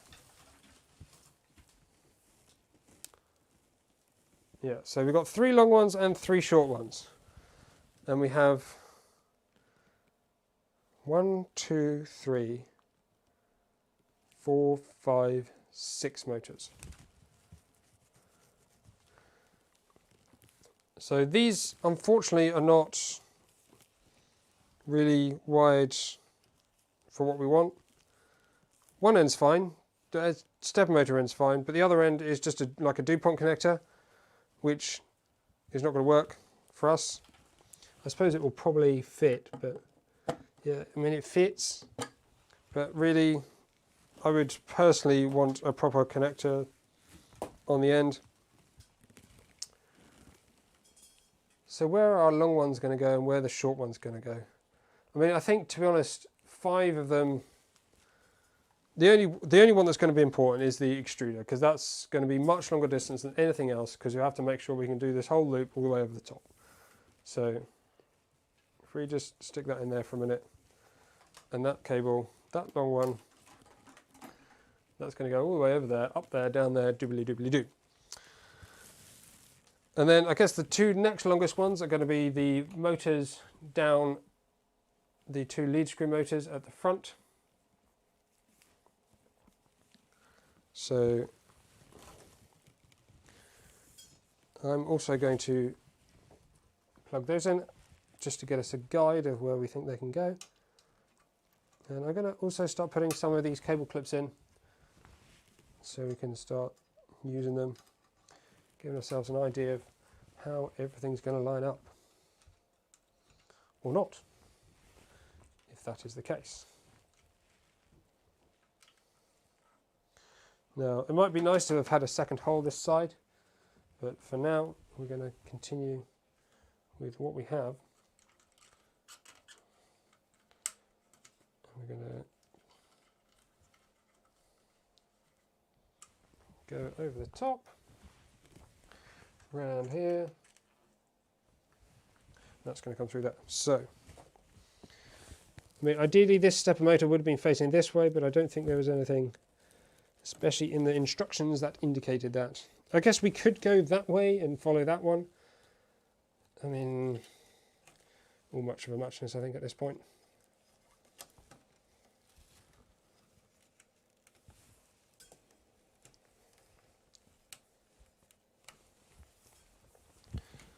Oh, these clips are wonderful, aren't they?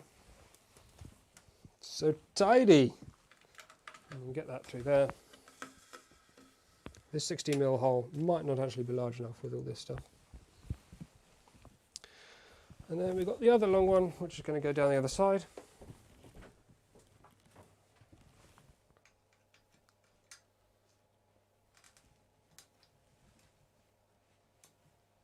Why isn't that going in? There we go.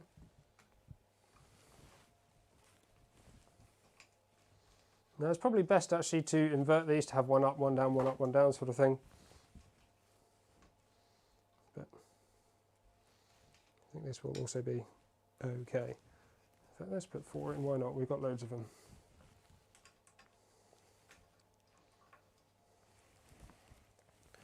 Literally plug that in. Pop, plop. Oh, that one I have done the other way. There we go. Plop, plop. And then thread that through here.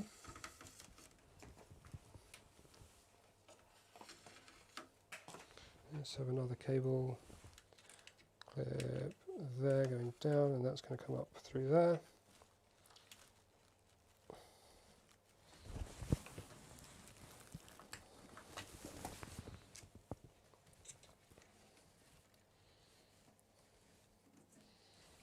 Now for the short ones, which should be the 3 we have remaining, one of those is also going to do the Z motor.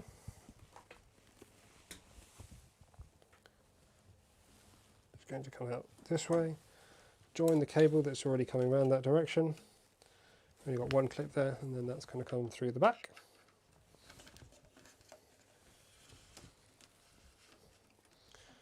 And then we've obviously got these power cables from the bed as well. We don't have a drag chain or anything. I'm not sure how we're going to need something to manage those.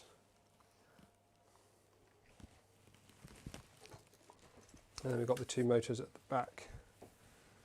How are we going to go those?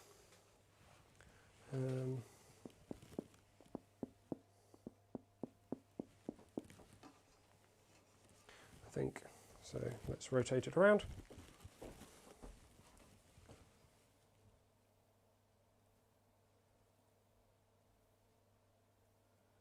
Best to guide the motor cables below the inner panel. The 60mm hole is for the bed cables. There's a printable guide for that hole as well for strain relief. Okay, well maybe it might just be worth cutting another hole in that panel then.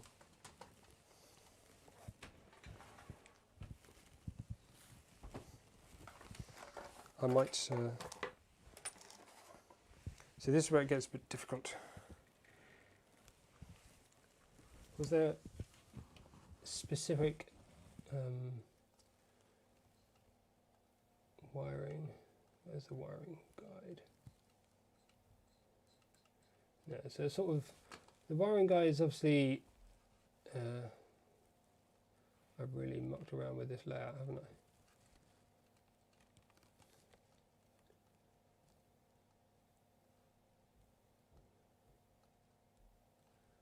It's all good information.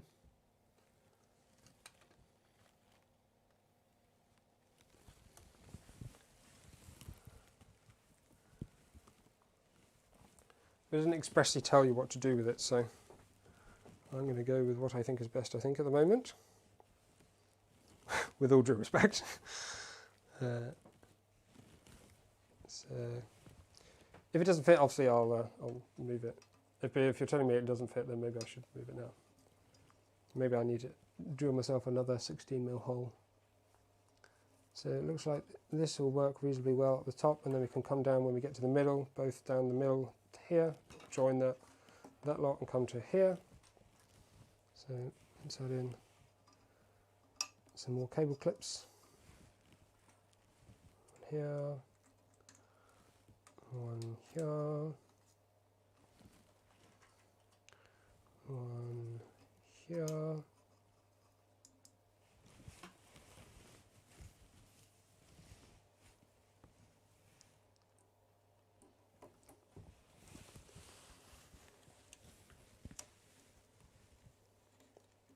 Oh, I've made some changes to the bot as well.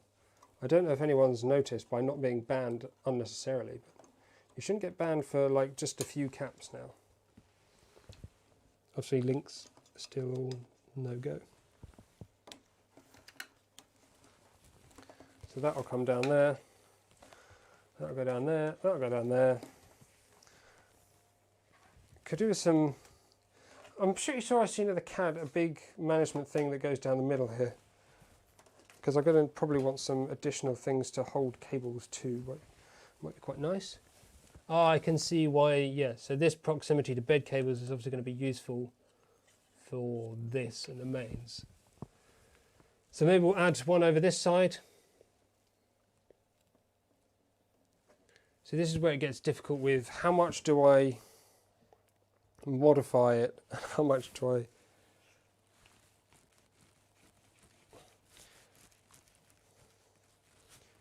This is where it gets really difficult to review.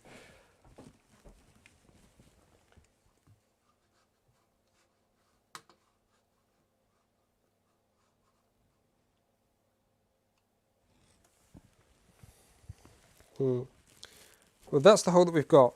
So I don't think any general person would add new holes. So I think we'll work with the holes that we've got.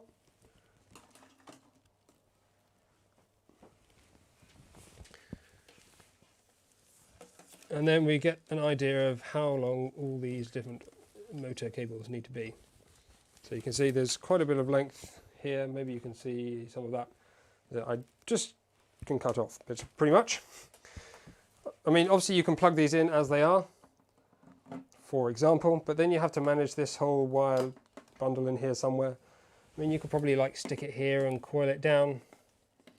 Maybe we'll do that and that'll just get us started kind of thing. I mean, I'm not even checking which one's going in where at the moment. Just getting an idea of how stuff's going to fit. Oh, this one's really, really long. These are probably plugged in incorrectly, so don't copy how I'm plugging these in. These are not how they're staying, it's just how I'm testing this fitment. Yeah, this is, as you can see, if you keep them as they is, it gets a little bit messy really quite quickly. And then you get these removed from the top as well. Ooh. This is going to be quite difficult to add these. There needs to be like a mechanical support under that. They must have thought of that. I'm sure they would have done. I reckon those little holes could be used to push something against the board so you can...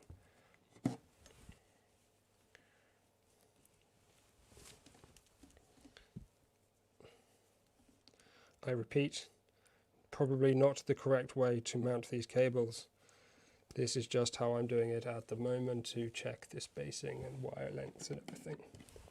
Not really lengths, because lengths are going to be wrong if they're not connected in the right way. And then we've got the E as well. So that's just stepper motor cables. Don't know about you, but I think they could probably be managed a little bit better than that, so cutting them down will probably be useful.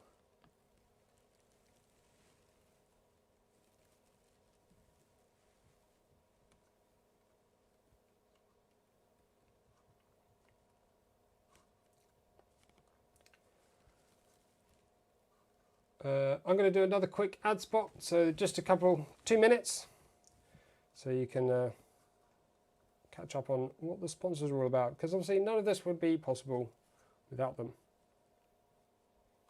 Oh, I've forgotten the timer thing. Oh well. This live stream would not have been possible without our sponsors, Ratrig, Duet 3D and 3D Printz. The Duet 3 Mini 5 Plus balances value and performance. It's focused on small and medium-sized machines for those that want the quality and reliability of a Duet control board, but don't want the high price or high power output of the full-size Duet 3 mainboard. The Mini 5 Plus provides 5 onboard drivers and the normal complement of heaters, fans, I/O, etc. There are Wi-Fi and Ethernet variants with the option of using a single board computer, like a Raspberry Pi, for control, in the same manner as you might with other Duet 3 boards. 3D Printz is a UK-based filament supplier, but in recent times have become so much more. They're now a great destination for finding name brand components from all over the world, such as the Anklab's BL Touch, Wham Bam Systems, flexible build plates, 3D Gloop, Magico, Bondtech, Slice Engineering and more. If you're in the UK and Europe, and maybe further afield too, you might want to check out their shop for your next printer upgrade. In the UK, you'll also be able to take advantage of their free shipping for orders over £50. Ratrig is a company that you may not have heard of yet, but if you're into DIY 3D printers, or camera sliders, then we're going to change that today. The VCore 3 is a fully configurable CoreXY 3D printer kit. It's gone through several iterations over the years, and all the knowledge and lessons learned have been distilled into the VCore 3.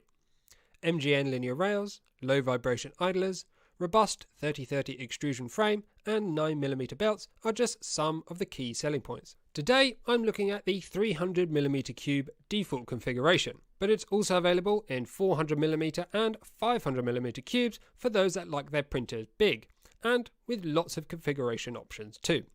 Keep watching to find out more, or if you need more details immediately, you can find the links in the video description.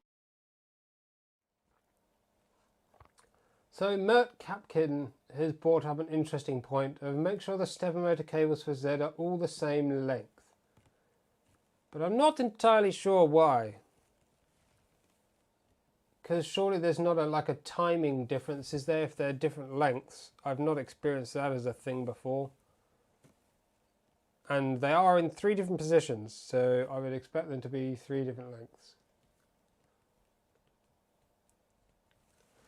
Again, if there's nothing in the instructions, one must presume that is not important. Do like these little cable clips. These have worked out absolutely fantastically, if I do say so myself.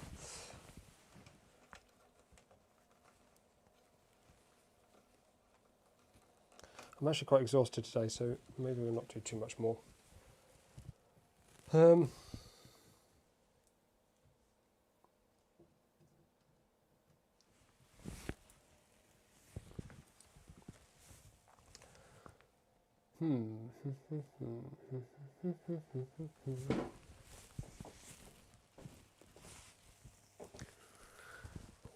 I think I need to do a bit more preparation on stuff before we go any further. So I think there might actually be a reasonably good place to stop. Obviously, length's going to be really important here. Actually, let's have a go with the extruder hot end arrangement, because this is going to be quite important too. So let's bring this up a bit and have a look up there. Oh, kind of broken me. Oh.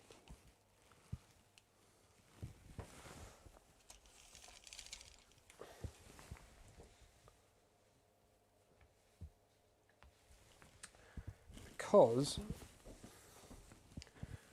we've got this here.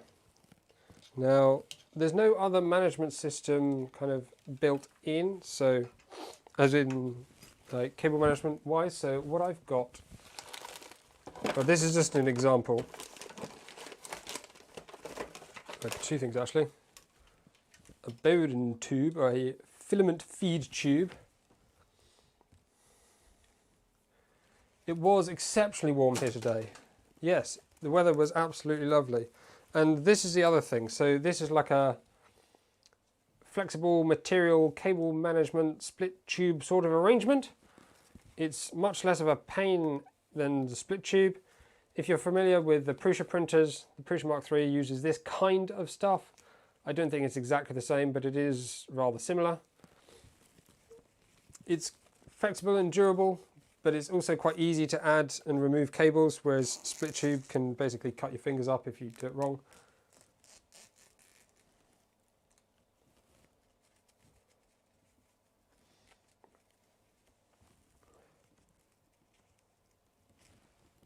Where did I get this?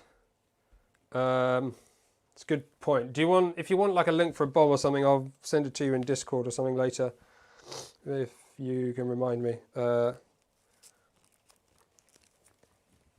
It's pretty good stuff, but I can't remember exactly where I got it from off the top of my head. In fact, what? Hang on. I think, because I've got a huge roll with it, I think there might be a label on it. No.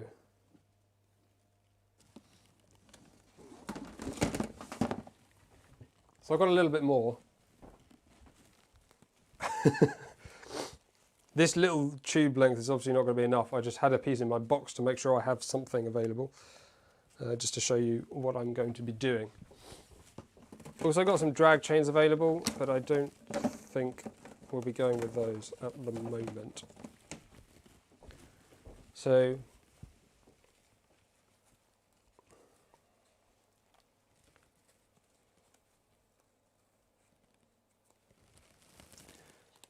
that's going to be kind of in there with zip ties going around it, obviously. These are going to have to be extended, so I don't really want to... Oh, that stood up rather straight, isn't it? It's going to take some configuration, this, isn't it? So that's going to go down the back here, and then up into here.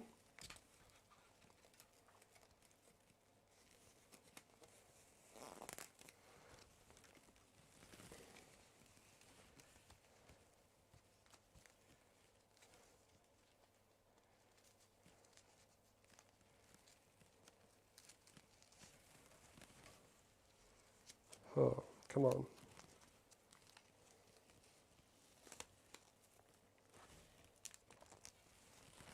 So that's going to go up there. I think we want that motor cable to come straight down the back and straight up into here. It won't need another connection, so that's going to be fine. That's going to go into here, that's going into here. BL Touch is going to need some extension as well, but going to be managed underneath. Don't need to worry too much about the belts. I'd really much rather there were cable ties above here. I think that's going to be a much better part. Sorry, you can't see any of this. So maybe you can see from this angle.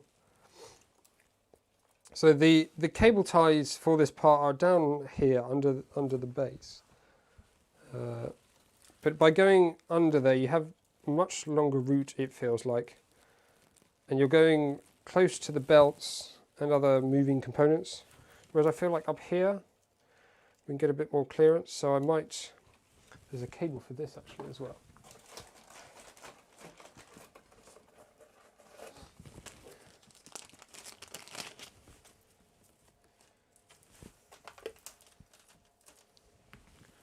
So we've got end stop cable.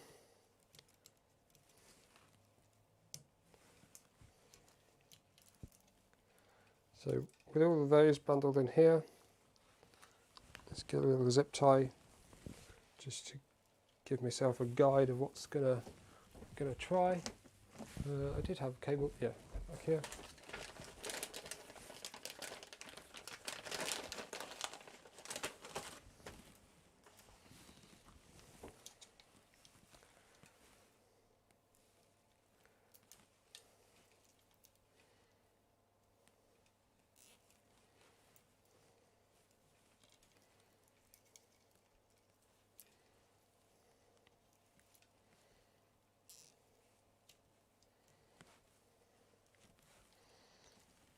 So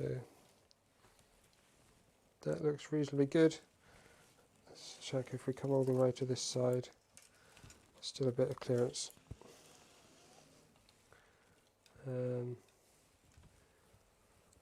I wish you could see this a bit better, but it's not so easy. I'd like this attached to here somewhere, but maybe that's not going to be easy either. Maybe if we pull that cable out the top here, we'll attach that to there. So that just holds it in a little bit more snug. Last thing you want sticking out is wires. Partly because, oh, I've messed that up because I've missed a wire. Idiot. So, although the wires are not going to catch on the components here, they're still a distance away. If something was to happen to the print and you did get stringing coming all sorts of places, the last thing you want is it pulling on any cables. So they're best kept tucked in as close as possible.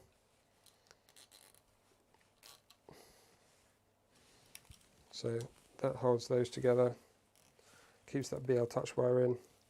That stuff routes over there nicely. And then the whole lot can come up into the bundle up here.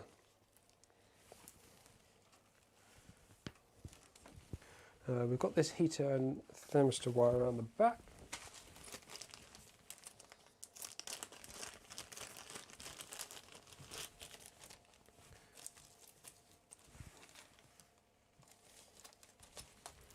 So let's come around the other side.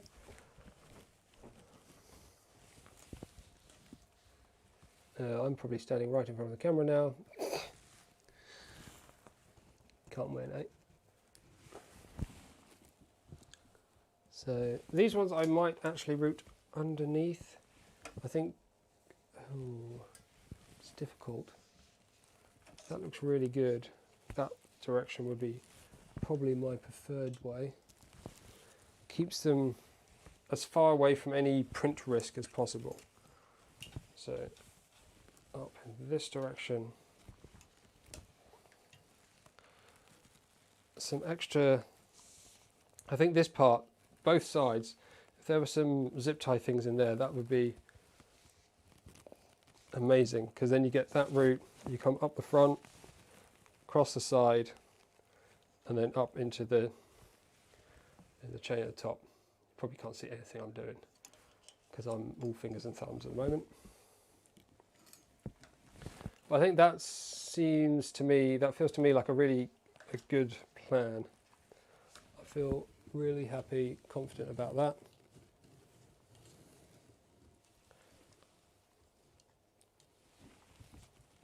Now, obviously lengthwise, we've still got some stuff to sort out. Let's see what we can do with that. So if we put a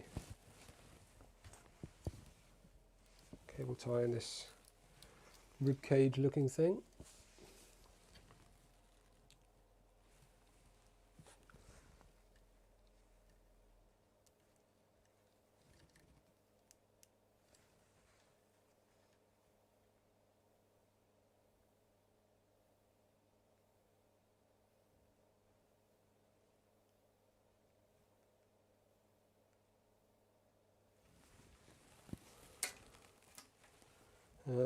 So we need to put those up through here.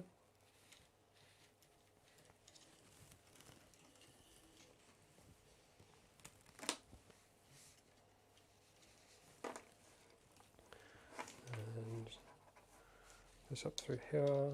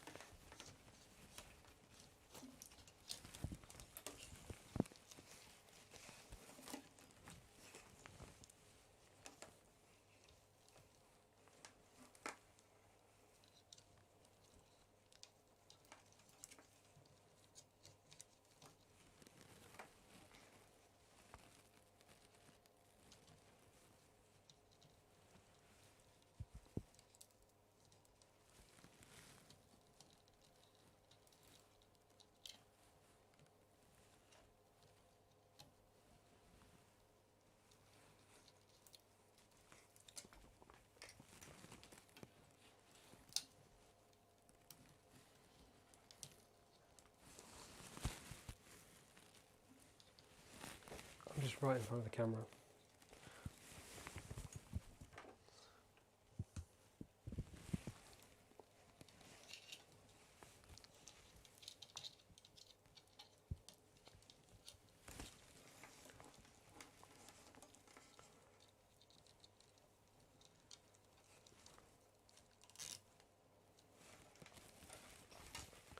So that's a bit like what our bundle is going to look like, I think. See if we can tuck this lot in and see what it starts to feel like as a solution.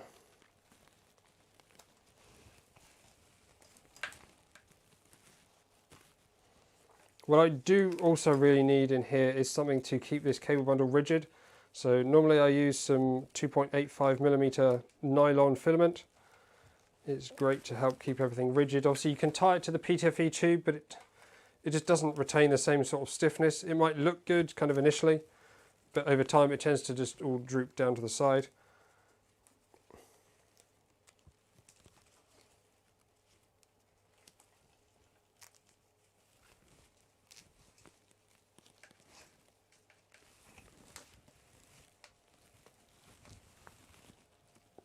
Oh, that's starting to look really good.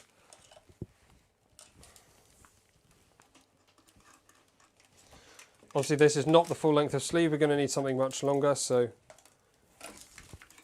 as I've mentioned multiple times, it is not final.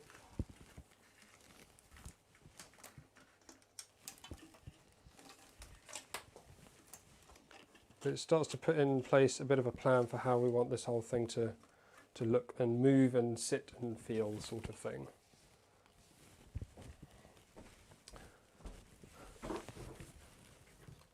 Have you ever thought about enclosing this at some point? Yes. We will be trying that at some point. Not immediately, but at some point. I hope, probably. I recommended going up. It's easier to swap patterns in the future, all wires on the face part, and the face part is what changes. Right, this is what I'm doing, right, rather than going under. What gauge cabling? It's all different gauges, depending on which is what.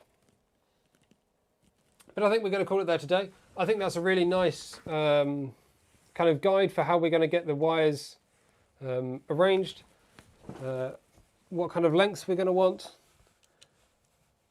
Might have to use these two holes to make sure these heaters get bundled in nice and tightly.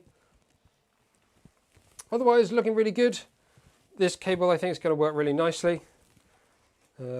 Obviously, kind of a little bit longer length. Going to need a thick piece. I've got some extra thick stuff so we can get all the cables all bundled in that one thing. And then we're going to need some filament feed tube as well. No, we're not. Yes, we are. We might just, quite often what I do is stick this kind of sort of thing in here and then just like cut it here so you have the kind of filament feed contact. Or if you have it on like on a workbench, you can connect it up to the filament directly.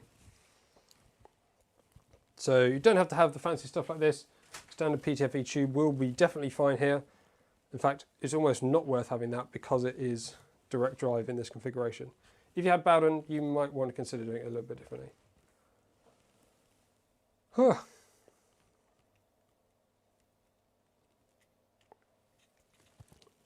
So, yes, that's going to be it for today. I'm exhausted. The Duet configuration I don't think went quite as well as I had hoped. I thought I had that all sussed, and then suddenly as I looked at it today, everything didn't make sense. Hopefully we got through it okay and it was useful for those that had not looked at it before. But maybe I'll do a video on it. I've not done many videos recently, so it's quite unlikely. But if there are more questions on Duet configuration, hopefully that kind of bit of the live stream maybe answers them. So yes, obviously we're still not finished. There's still quite a bit to go. It starts to really look like a printer now. We've got a nice little cable bundle and everything, but obviously this is kind of just pre-set up. We do still need to do a lot of wiring to get this all wired in correctly, and then we'll finalize the configuration. Then we're starting to look really pretty close to getting something printed, which is super duper exciting. And whoever asked about enclosing, so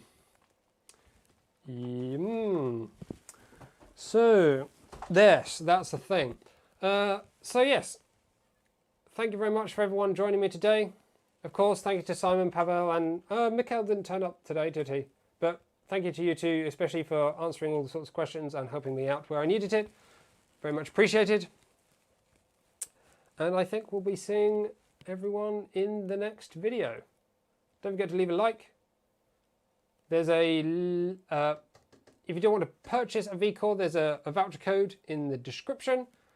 So you can get 25 euros off if you want to purchase one. And that gives me a small kickback too, which helps support the channel, if that's something you want to do. Subscribe if you want notifications and more videos and all that sort of stuff. And I shall see you, I don't know when, but in the next one, whenever that next one is. Good night, everyone. Thank you for joining me, and I'll see you next time. Bye-bye.